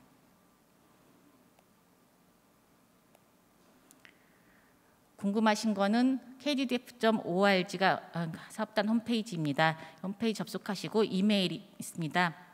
kddf_pm@kddf.org입니다. 이 번호로 여기 이메일로 주시면 좋겠습니다. 왜냐하면 전화번호는 307이나 3076 있습니다. 6379에 3072, 3076 있는데 문의 전화가 사실 공지 전부터 굉장히 많습니다. 그래서 통화가 좀 어려우실 수도 있어서 이메일로 주시면 저희가 성심껏 답변을 드리도록 하겠습니다. 그리고 이걸 하기 위해서 홈페이지에 저희가 FAQ를 올려놓도록 하겠습니다. 그동안 문의 주신 부분들이 많아서 이 부분들 정리해서 참고하실 수 있도록 올려놓도록 하겠습니다. 이상입니다. 감사합니다.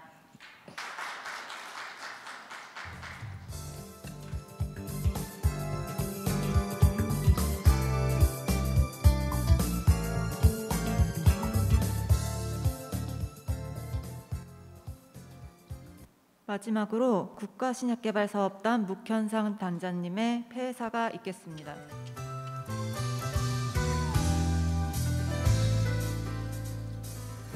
여러분 안녕하십니까? 자, 이 2시간에 걸친 저희 사업 설명회를 모두 마치도록 하겠습니다. 특별히 당부드릴 말씀은 없고 이 설명회를 마치면서 큰 박수로 저희 그 사업단의 앞날을 축복해 주십시오. 저희도 최선을 다해서 노력하겠습니다. 감사합니다.